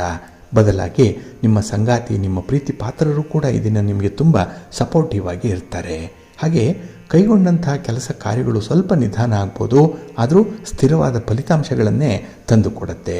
ಇನ್ನು ಈ ದಿನ ವ್ಯರ್ಥ ಖರ್ಚುಗಳಿದೆಯಲ್ಲ, ಇದನ್ನು ನಿಯಂತ್ರಣ ಮಾಡಿಕೊಳ್ಳುವಂಥ ಒಂದು ಮನಸ್ಸು ಕೂಡ ಇದೆ. ಅದಕ್ಕಾಗಿ ಕೆಲವರನ್ನು ಕನ್ಸಲ್ಟ್ ಮಾಡುವಂಥದ್ದು, ಖರ್ಚು ವೆಚ್ಚಗಳನ್ನು ನಿಯಂತ್ರಣ ಮಾಡಿಕೊಳ್ಳುವಂಥದ್ದು ಹೇಗೆ, ಹಾಗೆ ಈ ದುಡಿಮೆಯನ್ನು ಉಳಿತಾಯ ಮಾಡುವಂಥದ್ದು ಹೇಗೆ, ಈ ಬಗ್ಗೆ ಬಹಳ ವಿಚಾರಗಳನ್ನು ತಿಳ್ಕೊಳ್ತೀರಿ. ಅಂಥ ಒಂದು ಪ್ರಯತ್ನ ಕೂಡ ನಿಮ್ಮಿಂದ ಆಗತ್ತೆ. ಭವಿಷ್ಯದಲ್ಲಿ ನಿಮಗೆ ಉತ್ತಮವಾದಂಥ ಒಂದು ಪ್ರಗತಿ ಇದೆ, ಫಲಿತಾಂಶ ಇದೆ. ನಿಮ್ಮ ಇಷ್ಟ ದೇವರನ್ನು ಆರಾಧನೆ ಮಾಡ್ತಾಯಿರಿ. ಲಲಿತಾ ಸಹಸ್ರನಾಮ ಸ್ತೋತ್ರವನ್ನು ಹೇಳ್ಕೊಳ್ಳಿ, ಅನ್ನಪೂರ್ಣೇಶ್ವರಿ ಸ್ತೋತ್ರವನ್ನು ಹೇಳ್ಕೊಳ್ಳಿ, ಒಳ್ಳೆಯದಾಗತ್ತೆ. ನಿಮ್ಮ ಅದೃಷ್ಟದ ಬಣ್ಣ ಕೆಂಪು, ಅದೃಷ್ಟದ ದಿಕ್ಕು ಪೂರ್ವ ದಿಕ್ಕು, ಅದೃಷ್ಟ ಸಂಖ್ಯೆ 1. ಧನುರಾಶಿಯವರಿಗೆ ಈ ದಿನ ಪಂಚಮದಲ್ಲಿ ಚಂದ್ರ ಇರೋದರಿಂದ ನಿಮ್ಮ ಕಾರ್ಯಕ್ಷೇತ್ರದ ಕಡೆ ತುಂಬ ಗಮನ ಹರಿಸಬೇಕಾಗತ್ತೆ. ಹೈಯೆಸ್ಟು ಡಿಗ್ರಿ ಆಫ್ ಕಾನ್ಸಂಟ್ರೇಷನ್ ಬೇಕು, ಇಲ್ಲಾಂದರೆ ಕೆಲಸಗಳಲ್ಲಿ ವ್ಯತ್ಯಯಗಳು ಉಂಟಾಗುತ್ತೆ. ನೀವು ನಿರೀಕ್ಷೆ ಮಾಡಿದಂಥ ಫಲಿತಾಂಶಗಳು ಸಿಕ್ಕಲ್ಲ. ಹಾಗೆ ಈ ದಿನ ಒಂದು ಮನರಂಜನಾ ಕಾರ್ಯಕ್ರಮದಲ್ಲಿ ಭಾಗವಹಿಸುವಂಥ ಅವಕಾಶ ಕೂಡ ಇದೆ. ಅದಕ್ಕಿಂತ ಮುಖ್ಯವಾಗಿ ನಿಮ್ಮ ಒಂದು ವೈಯಕ್ತಿಕ ಜವಾಬ್ದಾರಿಗಳ ಕಡೆ ಗಮನ ಹರಿಸುವಂಥ ಆದ್ಯತೆ ಕೂಡ ಇದೆ. ಹಾಗೆ ಈ ದಿನ ನಿಮಗೆ ಕೆಲಸದಲ್ಲಿ ಉತ್ಸಾಹ ಅಷ್ಟಕ್ಕಷ್ಟೇ ಇರುವಂಥದ್ದು. ಏಕೆಂದರೆ ಮೊನ್ನೆಯ ಸೋಲಿನ ಸರಣಿ ಏನಿದೆ ಅದು ನಿಮ್ಮನ್ನು ತುಂಬ ಎಚ್ಚರವಾಗಿಯೇ ಇಟ್ಟಿರುತ್ತೆ. ಇನ್ನು ಈ ದಿನ ನಿಮ್ಮ ಆತ್ಮವಿಶ್ವಾಸದಿಂದ ಕೆಲವರ ಮನಸ್ಸನ್ನು ಗೆಲ್ಲುವಂಥ ಸಾಧ್ಯತೆ ಕೂಡ ಇದೆ. ಹಾಗಾಗಿನೇ ಈ ದಿನ ನಿಮಗೆ ಕಷ್ಟ ಅಂದರೆ ಯಾರಾದರೂ ಒಬ್ಬರು ಸಹಾಯಕ್ಕೆ ನಿಂತೇ ನಿಲ್ತಾರೆ. ಇನ್ನು ವಿಶೇಷತೆ ಅಂತ ಹೇಳಿದ್ರೆ ಈ ದಿನದಲ್ಲಿ ನಿಮ್ಮ ಕೆಲಸದ ವ್ಯಾಪ್ತಿ ಜಾಸ್ತಿ ಆಗುತ್ತೆ. ಕೆಲಸದ ಒತ್ತಡ, ಜವಾಬ್ದಾರಿ ಹೆಚ್ಚಾದಷ್ಟು ವ್ಯಾಪ್ತಿ ಕೂಡ ಹೆಚ್ಚಾಗುವಂಥದ್ದು, ಈ ವ್ಯಾಪಾರದ ವಿಸ್ತರಣೆ ಆಗುವಂಥ ಸಂಭವ ಕೂಡ ಇದೆ. ಹಾಗೆ ಈ ದಿನದಲ್ಲಿ ಖರ್ಚು ಮಾಡುವಂಥ ಸಂದರ್ಭದಲ್ಲಿ ಹಣಕಾಸಿನ ವಿಚಾರದಲ್ಲಿ ತಜ್ಞರ ನೆರವನ್ನು ಪಡ್ಕೊಳ್ಬೇಕು ಅನ್ನುವಂಥ ಒಂದು ಕುತೂಹಲ ಇದೆ, ಹಂಬಲ ಕೂಡ ಇದೆ. ಹಾಗೆ ಈ ದಿನ ಹೊಸ ಪರಿಚಯಸ್ಥರು ಈ ದಿನ ನಿಮಗೆ ಪೂರ್ಣ ಸಹಕಾರವನ್ನು ನೀಡುವಂಥದ್ದು ಕೂಡ ಇದೆ. ಒಟ್ಟಾರೆ ಈ ದಿನ ನಿಮಗೆ ಸಂತೋಷದ ದಿನ. ನಿಮ್ಮ ಮನೆ ದೇವರನ್ನು ಸ್ಮರಣೆ ಮಾಡ್ತಾ ಇರಿ, ಗಣಪತಿಯನ್ನು ಆರಾಧನೆ ಮಾಡಿ, ಶಿವನ ಪರಿವಾರ ದೇವತೆಗಳನ್ನು ಪ್ರಾರ್ಥನೆ ಮಾಡ್ಕೊಳ್ಳಿ, ಒಳ್ಳೆಯದಾಗತ್ತೆ. ನಿಮ್ಮ ಅದೃಷ್ಟದ ಬಣ್ಣ ಬಿಳುಪು, ಅದೃಷ್ಟದ ದಿಕ್ಕು ಈಶಾನ್ಯ ದಿಕ್ಕು, ಅದೃಷ್ಟ ಸಂಖ್ಯೆ 1. ಮಕರ ರಾಶಿಯವರಿಗೆ ಈ ದಿನದ ಪೂರ್ವಾರ್ಧದಲ್ಲಿ ನಿಮ್ಮ ಕಾರ್ಯಕ್ಷೇತ್ರದಲ್ಲಿ ಹೆಚ್ಚಿನ ಗಮನ ಇಡುವಂಥ ಸಂದರ್ಭ ಇದೆ. ಹಾಗಾಗಿ ಈ ದಿನ ಸ್ವಲ್ಪ ಮನಸ್ಸು ಚಂಚಲವಾಗಿದ್ದರೂ ಕೂಡ ಫಲಿತಾಂಶಗಳು ಕೂಡ ವ್ಯತ್ಯಯ ಆಗುತ್ತೆ. ಹಾಗಾಗಿ ನಿಮ್ಮ ಕಾರ್ಯಕ್ಷೇತ್ರದಲ್ಲಿ ಸುಲಭವಾಗಿ ಯಶಸ್ಸನ್ನು ಪಡ್ಕೊಳ್ಬೇಕು ಅಂದರೆ ನಿಮ್ಮ ಒಂದು ಗುರಿ ನಿಮ್ಮ ನಿಯಂತ್ರಣದಲ್ಲೇ ಇರಬೇಕು. ಹಾಗೆ ಈ ದಿನ ಬೇರೆಯವರ ಮಾತಿಗೆ, ಬೇರೆಯವರ ವಿಚಾರಕ್ಕೆ ತುಂಬ ಕುತೂಹಲ ಇರುವಂಥ ಸಂದರ್ಭ ಇದೆ. ಆದರೆ ನಿಮ್ಮ ವೈಯಕ್ತಿಕ ಬದುಕಿನ ಕಡೆಗೆ ಗಮನ ಕೊಡಬೇಕಾದಂತಹ ಅನಿವಾರ್ಯತೆ ಕೂಡ ಇದೆ. ಇನ್ನು ಈ ದಿನ ಕಾರ್ಯಕ್ಷೇತ್ರದಲ್ಲಿ ನಿಮಗೆ ಮೇಲಧಿಕಾರಿಗಳಿಂದ ಬೆಂಬಲ ಇದೆ, ಸಹೋದ್ಯೋಗಿಗಳಿಂದ ಪೂರ್ಣ ಸಹಕಾರ ಸಿಕ್ಕತ್ತೆ. ಹಾಗಾಗಿ ಕೆಲಸದ ವಿಚಾರದಲ್ಲಿ ನಿಮಗೇನು ತೊಂದರೆ ಇಲ್ಲ. ಆದರೆ ಈ ಪ್ರಯಾಣದ ಸಂದರ್ಭದಲ್ಲಿ ಆಗಬೇಕಾಗಿರುವಂಥ ಪೂರ್ವ ಸಿದ್ಧತೆಗಳ ಕಡೆ ಮಾತ್ರ ನೀವು ಗಮನ ಕೊಡಬೇಕಾಗತ್ತೆ. ಹಾಗೆ ಈ ದಿನ ನಿಮ್ಮ ಆಸೆಯಂತೆ ಆದಾಯ ಉತ್ತಮವಾಗುವಂಥ ಸಾಧ್ಯತೆ ಇದೆ. ಎಷ್ಟು ಉತ್ತಮವಾಗುತ್ತೋ ಅಷ್ಟೇ ಹಣ ಖರ್ಚು ಕೂಡ ಆಗುತ್ತೆ. ಹಾಗಾಗಿ ಖರ್ಚಿನ ಬಾಬ್ತಿನ ಬಗ್ಗೆ ಸ್ವಲ್ಪ ಎಚ್ಚರಿಕೆಯಿಂದ ಇರಿ. ಇನ್ನು ಯಾವುದೇ ರೀತಿಯಲ್ಲಿ ಈ ಹಣಕಾಸಿನ ವ್ಯವಹಾರಗಳನ್ನು ಮಾಡ್ತಾ ಇದ್ದರೆ, ರಿಯಲ್ ಎಸ್ಟೇಟಲ್ಲಿರಲಿ, ಚೀಟಿ ವ್ಯವಹಾರ ಮಾಡುವಂಥದ್ದು, ಲೇವಾದೇವಿ ವ್ಯವಹಾರ ಮಾಡುವಂಥ ವಿಚಾರಗಳು ಏನಾದರೂ ಇದ್ದರೆ ಸ್ವಲ್ಪ ಜಾಗ್ರತೆಯಿಂದ ಇರಿ. ಅದಕ್ಕೆ ಬೇಕಾದಂಥ ಪೂರಕ ದಾಖಲೆ ಪತ್ರಗಳನ್ನು ನೀವು ರೆಡಿ ಇಟ್ಕೊಳ್ಳಿ, ಒಳ್ಳೆಯದಾಗುತ್ತೆ. ನಿಮ್ಮ ಇಷ್ಟ ದೇವರನ್ನು ಆರಾಧನೆ ಮಾಡ್ತಾ ಇರಿ. ಹಾಗೆ ಭಕ್ತಿಯಿಂದ ವರಹ ಸ್ವಾಮಿಯನ್ನು ಆರಾಧನೆ ಮಾಡಿ, ಲಕ್ಷ್ಮೀ ವೆಂಕಟೇಶ್ವರ ಸ್ವಾಮಿಯ ಪ್ರಾರ್ಥನೆ ಮಾಡಿ, ಒಳ್ಳೆಯದಾಗುತ್ತೆ. ನಿಮ್ಮ ಅದೃಷ್ಟದ ಬಣ್ಣ ಬಿಳುಪು, ಅದೃಷ್ಟದ ದಿಕ್ಕು ಈಶಾನ್ಯ ದಿಕ್ಕು, ಅದೃಷ್ಟ ಸಂಖ್ಯೆ 1. ಕುಂಭರಾಶಿಯವರಿಗೆ ಈ ದಿನ ಜಯಪ್ರಾಪ್ತಿಯಾಗುವಂಥ ದಿನ. ನಿಮ್ಮ ಎಫರ್ಟ್ಗೆ, ನಿಮ್ಮ ಕೆಲಸ ಕಾರ್ಯಗಳಿಗೆ, ಹಾಗೆ ನಿಮ್ಮ ಪ್ರಯತ್ನಕ್ಕೆ ಈ ದಿನ ಮೀರಿದಂಥ ಒಂದು ಫಲಿತಾಂಶವನ್ನು ಪಡ್ಕೊಳ್ತೀರಿ. ಹೊಸ ಜೀವನದ ಆರಂಭ ಮಾಡುವಂಥ ಒಂದು ಪೂರ್ವ ಸಿದ್ಧತೆಯಲ್ಲಿ ಇರ್ತೀರಿ. ಹಾಗಾಗಿ ನಾಳೆ ಬೆಳಗ್ಗೆ ಆದರೆ ನಿಮಗೆ ವಿಶೇಷವಾದಂಥ ಒಂದು ಸುದ್ದಿ ವರ್ತಮಾನ ಸಿಕ್ಕುವಂಥದ್ದು ಇರುತ್ತೆ. ಹಾಗೆ ಈ ದಿನ ವಸ್ತುವಿನ ಲಾಭವನ್ನು ಪಡ್ಕೊಳ್ತೀರಿ. ವಾಹನದ ಲಾಭ ನಿಮಗೆ ಬಹಳ ಚೆನ್ನಾಗಿದೆ. ಹಾಗಾಗಿನೇ ಈ ಪ್ರಯಾಣ ಏನಿದೆ ನಿಮಗೆ ತುಂಬ ಸುಖ ಸೌಖ್ಯವನ್ನು ತರುತ್ತೆ. ಕೈಗೊಂಡಂಥ ವ್ಯವಹಾರಗಳಲ್ಲಿ ಯಶಸ್ಸನ್ನು ಸಾಧಿಸೋದ್ರಿಂದಲೇ ಒಂದು ಕೆಲಸದ ನಂತರದಲ್ಲಿ ಮತ್ತೊಂದು ಕೆಲಸವನ್ನು ಮಾಡುವಂಥ ಒಂದು ಸಿದ್ಧತೆಯಲ್ಲಿ ಇರ್ತೀರಿ. ಹಾಗಾಗಿನೇ ಈ ದಿನ ನಿಮ್ಮ ಆತ್ಮೀಯ ಮೂಲ್ಯ ವಸ್ತುಗಳೇನಿದೆ, ಅಮೂಲ್ಯವಾದಂತಹ ಕೆಲವೊಂದು ಮಾಹಿತಿಗಳೇನಿದೆ ಅದನ್ನು ನಿಮ್ಮದಾಗಿಸಿಕೊಳ್ಳುವಂಥ ಒಂದು ಪ್ರಯತ್ನದಲ್ಲಿರ್ತೀರಿ. ಒಟ್ಟಾರೆ ವಾತಾವರಣ ತುಂಬ ಸಂತೋಷವಾಗಿರುತ್ತೆ. ಹಾಗೆ ಅಂಥದ್ದೇ ವಾತಾವರಣ ನಿಮಗೆ ವೃತ್ತಿಪರವಾಗಿಯೂ ಕೂಡ ಅಭಿವೃದ್ಧಿಯನ್ನು ತರ್ತಾ ಇದೆ. ಸಮಸ್ಯೆಗಳಿಂದ ಮುಕ್ತಿ ಸಿಕ್ಕತ್ತೆ. ಹಾಗೆ ಈ ದಿನದಲ್ಲಿ ನಿಮ್ಮ ಭಾವನೆಗಳಲ್ಲಿ ಸ್ವಲ್ಪ ವ್ಯತ್ಯಾಸಗಳನ್ನು ಆಗುವಂಥ ಒಂದು ಸಾಧ್ಯತೆ ಇದೆ. ಇದು ಸ್ವಯಂಕೃತವಾಗಿ ನೀವಾಗಿ ಮಾಡಿಕೊಳ್ಳುವಂಥದ್ದು. ಹಾಗಾಗಿ ಈ ದಿನ ಬಹಳ ವಿಶೇಷ ರೀತಿಯಲ್ಲಿ ಪೂರ್ವ ಸಿದ್ಧತೆಯಲ್ಲಿ ತೊಡಗಿಸ್ಕೊಳ್ಳಿ, ಒಳ್ಳೆಯದಾಗತ್ತೆ. ನಿಮ್ಮ ಮನೆ ದೇವರನ್ನು ಸ್ಮರಣೆ ಮಾಡ್ತಾ ಇರಿ. ಹಾಗೆ ಭಕ್ತಿಯಿಂದ ಈ ದಿನ ನೀವು ಶ್ರೀ ಲಕ್ಷ್ಮೀ ವೆಂಕಟೇಶ್ವರ ಸ್ವಾಮಿಯ ಆರಾಧನೆ ಮಾಡಿ ಅಮ್ಮನವರ ದರ್ಶನ ಮಾಡಿಕೊಳ್ಳಿ, ಒಳ್ಳೆಯದಾಗತ್ತೆ. ನಿಮ್ಮ ಅದೃಷ್ಟದ ಬಣ್ಣ ಕೆಂಪು, ಅದೃಷ್ಟದ ದಿಕ್ಕು ಈಶಾನ್ಯ ದಿಕ್ಕು, ಅದೃಷ್ಟ ಸಂಖ್ಯೆ 2. ಮೀನರಾಶಿ. ಮೀನರಾಶಿಯವರಿಗೆ ಈ ದಿನ ದ್ವಿತೀಯದಲ್ಲಿ ಚಂದ್ರ ಇರೋದರಿಂದ, ಕುಟುಂಬ ಸ್ಥಾನದಲ್ಲಿ ಚಂದ್ರ ಇರೋದರಿಂದ ಕುಟುಂಬದಿಂದ ಈ ದಿನ ನಿಮಗೆ ಒತ್ತಡಗಳಾಗುತ್ತೆ. ಕುಟುಂಬಸ್ಥರ ಮಾತು ನಿಮಗೆ ಬೇಸರವನ್ನು ತರಿಸುತ್ತೆ. ಹಾಗೆ ಈ ದಿನ ಅಗತ್ಯಕ್ಕೆ ತಕ್ಕಷ್ಟು ಹಣ ಕೈಯಲ್ಲಿ ಇಲ್ಲದೆ ಇರೋದರಿಂದ ಈ ದಿನದಲ್ಲಿ ನಿಮಗೆ ನಿರಾಸೆ ಉಂಟಾಗುತ್ತೆ. ಹಾಗೆ ಈ ವೃತ್ತಿಪರ ವ್ಯವಹಾರಗಳಲ್ಲೂ ಕೂಡ ನಿಮ್ಮ ನಂಬಿಕೆ ಏನಿದೆ ಅದು ಕೂಡ ಹುಸಿಯಾಗುವಂಥದ್ದು. ಅಂದರೆ ಯಾರನ್ನು ನಂಬಿ ಈ ದಿನ ಕೆಲಸಕ್ಕೆ ನೀವು ಕೈ ಹಾಕ್ತೀರಿ, ಯಾರ ಪರವಾಗಿ ಕೆಲಸವನ್ನು ಮಾಡ್ತೀರಿ ಅಂಥವರೇ ನಿಮಗೆ ವಿರುದ್ಧವಾಗಿ ನಿಲ್ಲುವಂಥ ಸಾಧ್ಯತೆಗಳು ಜಾಸ್ತಿ ಇರುತ್ತೆ. ಸ್ವಲ್ಪ ಎಚ್ಚರಿಕೆ. ಇನ್ನು ಈ ದಿನದ ದೂರದ ಪ್ರಯಾಣ ನಿಮಗೆ ಅಷ್ಟೊಂದು ಲಾಭದಾಯಕವಾಗಿಲ್ಲ. ಆದಷ್ಟು ದೂರದ ಪ್ರಯಾಣವನ್ನು ಮುಂದೂಡುವಂಥದ್ದು ಉತ್ತಮ. ಹಾಗೆ ಈ ದಿನದಲ್ಲಿ ಮನೆ ನಿರ್ಮಾಣದ ಕೆಲಸ ಕಾರ್ಯಗಳಲ್ಲಿ ಏನಾದರೂ ಕೈ ಹಾಕಿದರೆ ಅದು ಈ ದಿನ ಯಾವುದೋ ಕಾರಣಕ್ಕಾಗಿ ಸ್ವಲ್ಪ ನಿಲುಗಡೆ ಆಗುವಂಥದ್ದು, ಇಲ್ಲ ಬಹಳ ಮಂದಗತಿಯಲ್ಲಿ ಚಲಿಸುವಂಥ ಸಾಧ್ಯತೆ ಈ ದಿನ ಇರುತ್ತೆ. ಇನ್ನು ಈ ದಿನ ಸ್ವಲ್ಪ ಆಯಾಸ ಜಾಸ್ತಿ, ಏಕೆಂದರೆ ಕೆಲಸ ಕಾರ್ಯಗಳಿಗಾಗಿ ಓಡಾಟ ಇದೆ, ಮಾನಸಿಕ ಒತ್ತಡ ಇದೆ. ಹಾಗೆ ಈ ದಿನ ಹೊತ್ತಿಗೆ ನಿಮಗೆ ಊಟ ತಿಂಡಿಯ ವ್ಯವಸ್ಥೆಗಳು ಕೂಡ ಆಗದೇ ಇರುವಂಥ ಸಂದರ್ಭ ಇದೆ. ಇವೆಲ್ಲವನ್ನು ಮೀರಿ ಈ ದಿನ ನೀವು ಆರೋಗ್ಯವನ್ನು ಕಾಪಾಡಿಕೊಳ್ಬೇಕಾಗತ್ತೆ. ಹಾಗೆ ಈ ದಿನ ವ್ಯವಹಾರಗಳು ಸ್ವಲ್ಪ ನಿಧಾನ ಆದರೂ ಪರವಾಗಿಲ್ಲ, ಸ್ಥಿರವಾದ ಫಲಿತಾಂಶವನ್ನು ಕೊಡುತ್ತೆ. ಹಾಗಾಗಿ ನಿಮಗೆ ಆ ವ್ಯವಹಾರದ ಸಾಧಕ ಬಾಧಕಗಳನ್ನು ಸ್ಟಡಿ ಮಾಡಲಿಕ್ಕೆ ಸ್ವಲ್ಪ ಅವಕಾಶ ಸಿಕ್ಕತ್ತೆ. ಸ್ವಲ್ಪ ತಾಳ್ಮೆಯಿಂದ ಮುಂದುವರಿರಿ, ಒಳ್ಳೆಯದಾಗತ್ತೆ. ನಿಮ್ಮ ಮನೆ ದೇವರನ್ನು ಸ್ಮರಣೆ ಮಾಡ್ತಾ ಇರಿ. ಹಾಗೆ ಭಕ್ತಿಯಿಂದ ಈ ದಿನ ನೀವು ವಿಷ್ಣು ಸ್ತೋತ್ರವನ್ನು ಹೇಳ್ಕೊಳ್ಳಿ, ವಿಷ್ಣು ಸಹಸ್ರನಾಮ ಹೇಳ್ತಾ ಇರಿ, ಮಹಾಲಕ್ಷ್ಮಿಯ ದರ್ಶನ ಮಾಡಿಕೊಳ್ಳಿ, ಒಳ್ಳೆಯದಾಗತ್ತೆ. ನಿಮ್ಮ ಅದೃಷ್ಟದ ಬಣ್ಣ ತಿಳಿ ಹಸಿರು, ಅದೃಷ್ಟದ ದಿಕ್ಕು ಈಶಾನ್ಯ ದಿಕ್ಕು, ಅದೃಷ್ಟ ಸಂಖ್ಯೆ 1. ಪ್ರೀತಿಯ ಬಂಧುಗಳೇ, ಇಷ್ಟು ಹೊತ್ತು ದ್ವಾದಶ ರಾಶಿಯವರ ಗೋಚಾರ ಫಲಗಳನ್ನು ಕೇಳಿದ್ರಿ. ಇನ್ನು ನಿಮ್ಮ ಕಾರ್ಯಸಿದ್ಧಿಗಾಗಿ, ನಿಮ್ಮ ಇಚ್ಛಿತ ಫಲಪ್ರಾಪ್ತಿಗಾಗಿ ನಿಮ್ಮ ಮನೆ ದೇವರನ್ನು ಸ್ಮರಣೆ ಮಾಡ್ತಾ ಇರಿ, ನಿಮ್ಮ ಇಷ್ಟ ದೇವರನ್ನು ಪ್ರಾರ್ಥನೆ ಮಾಡಿಕೊಳ್ಳಿ, ಒಳ್ಳೆಯದಾಗತ್ತೆ. ಸರ್ವೇ ಜನಾಃ ಸುಖಿನೋ ಭವಂತು, ಸಮಸ್ತ ಸನ್ಮಂಗಳಾನಿ ಭವಂತು. ನಮಸ್ಕಾರ.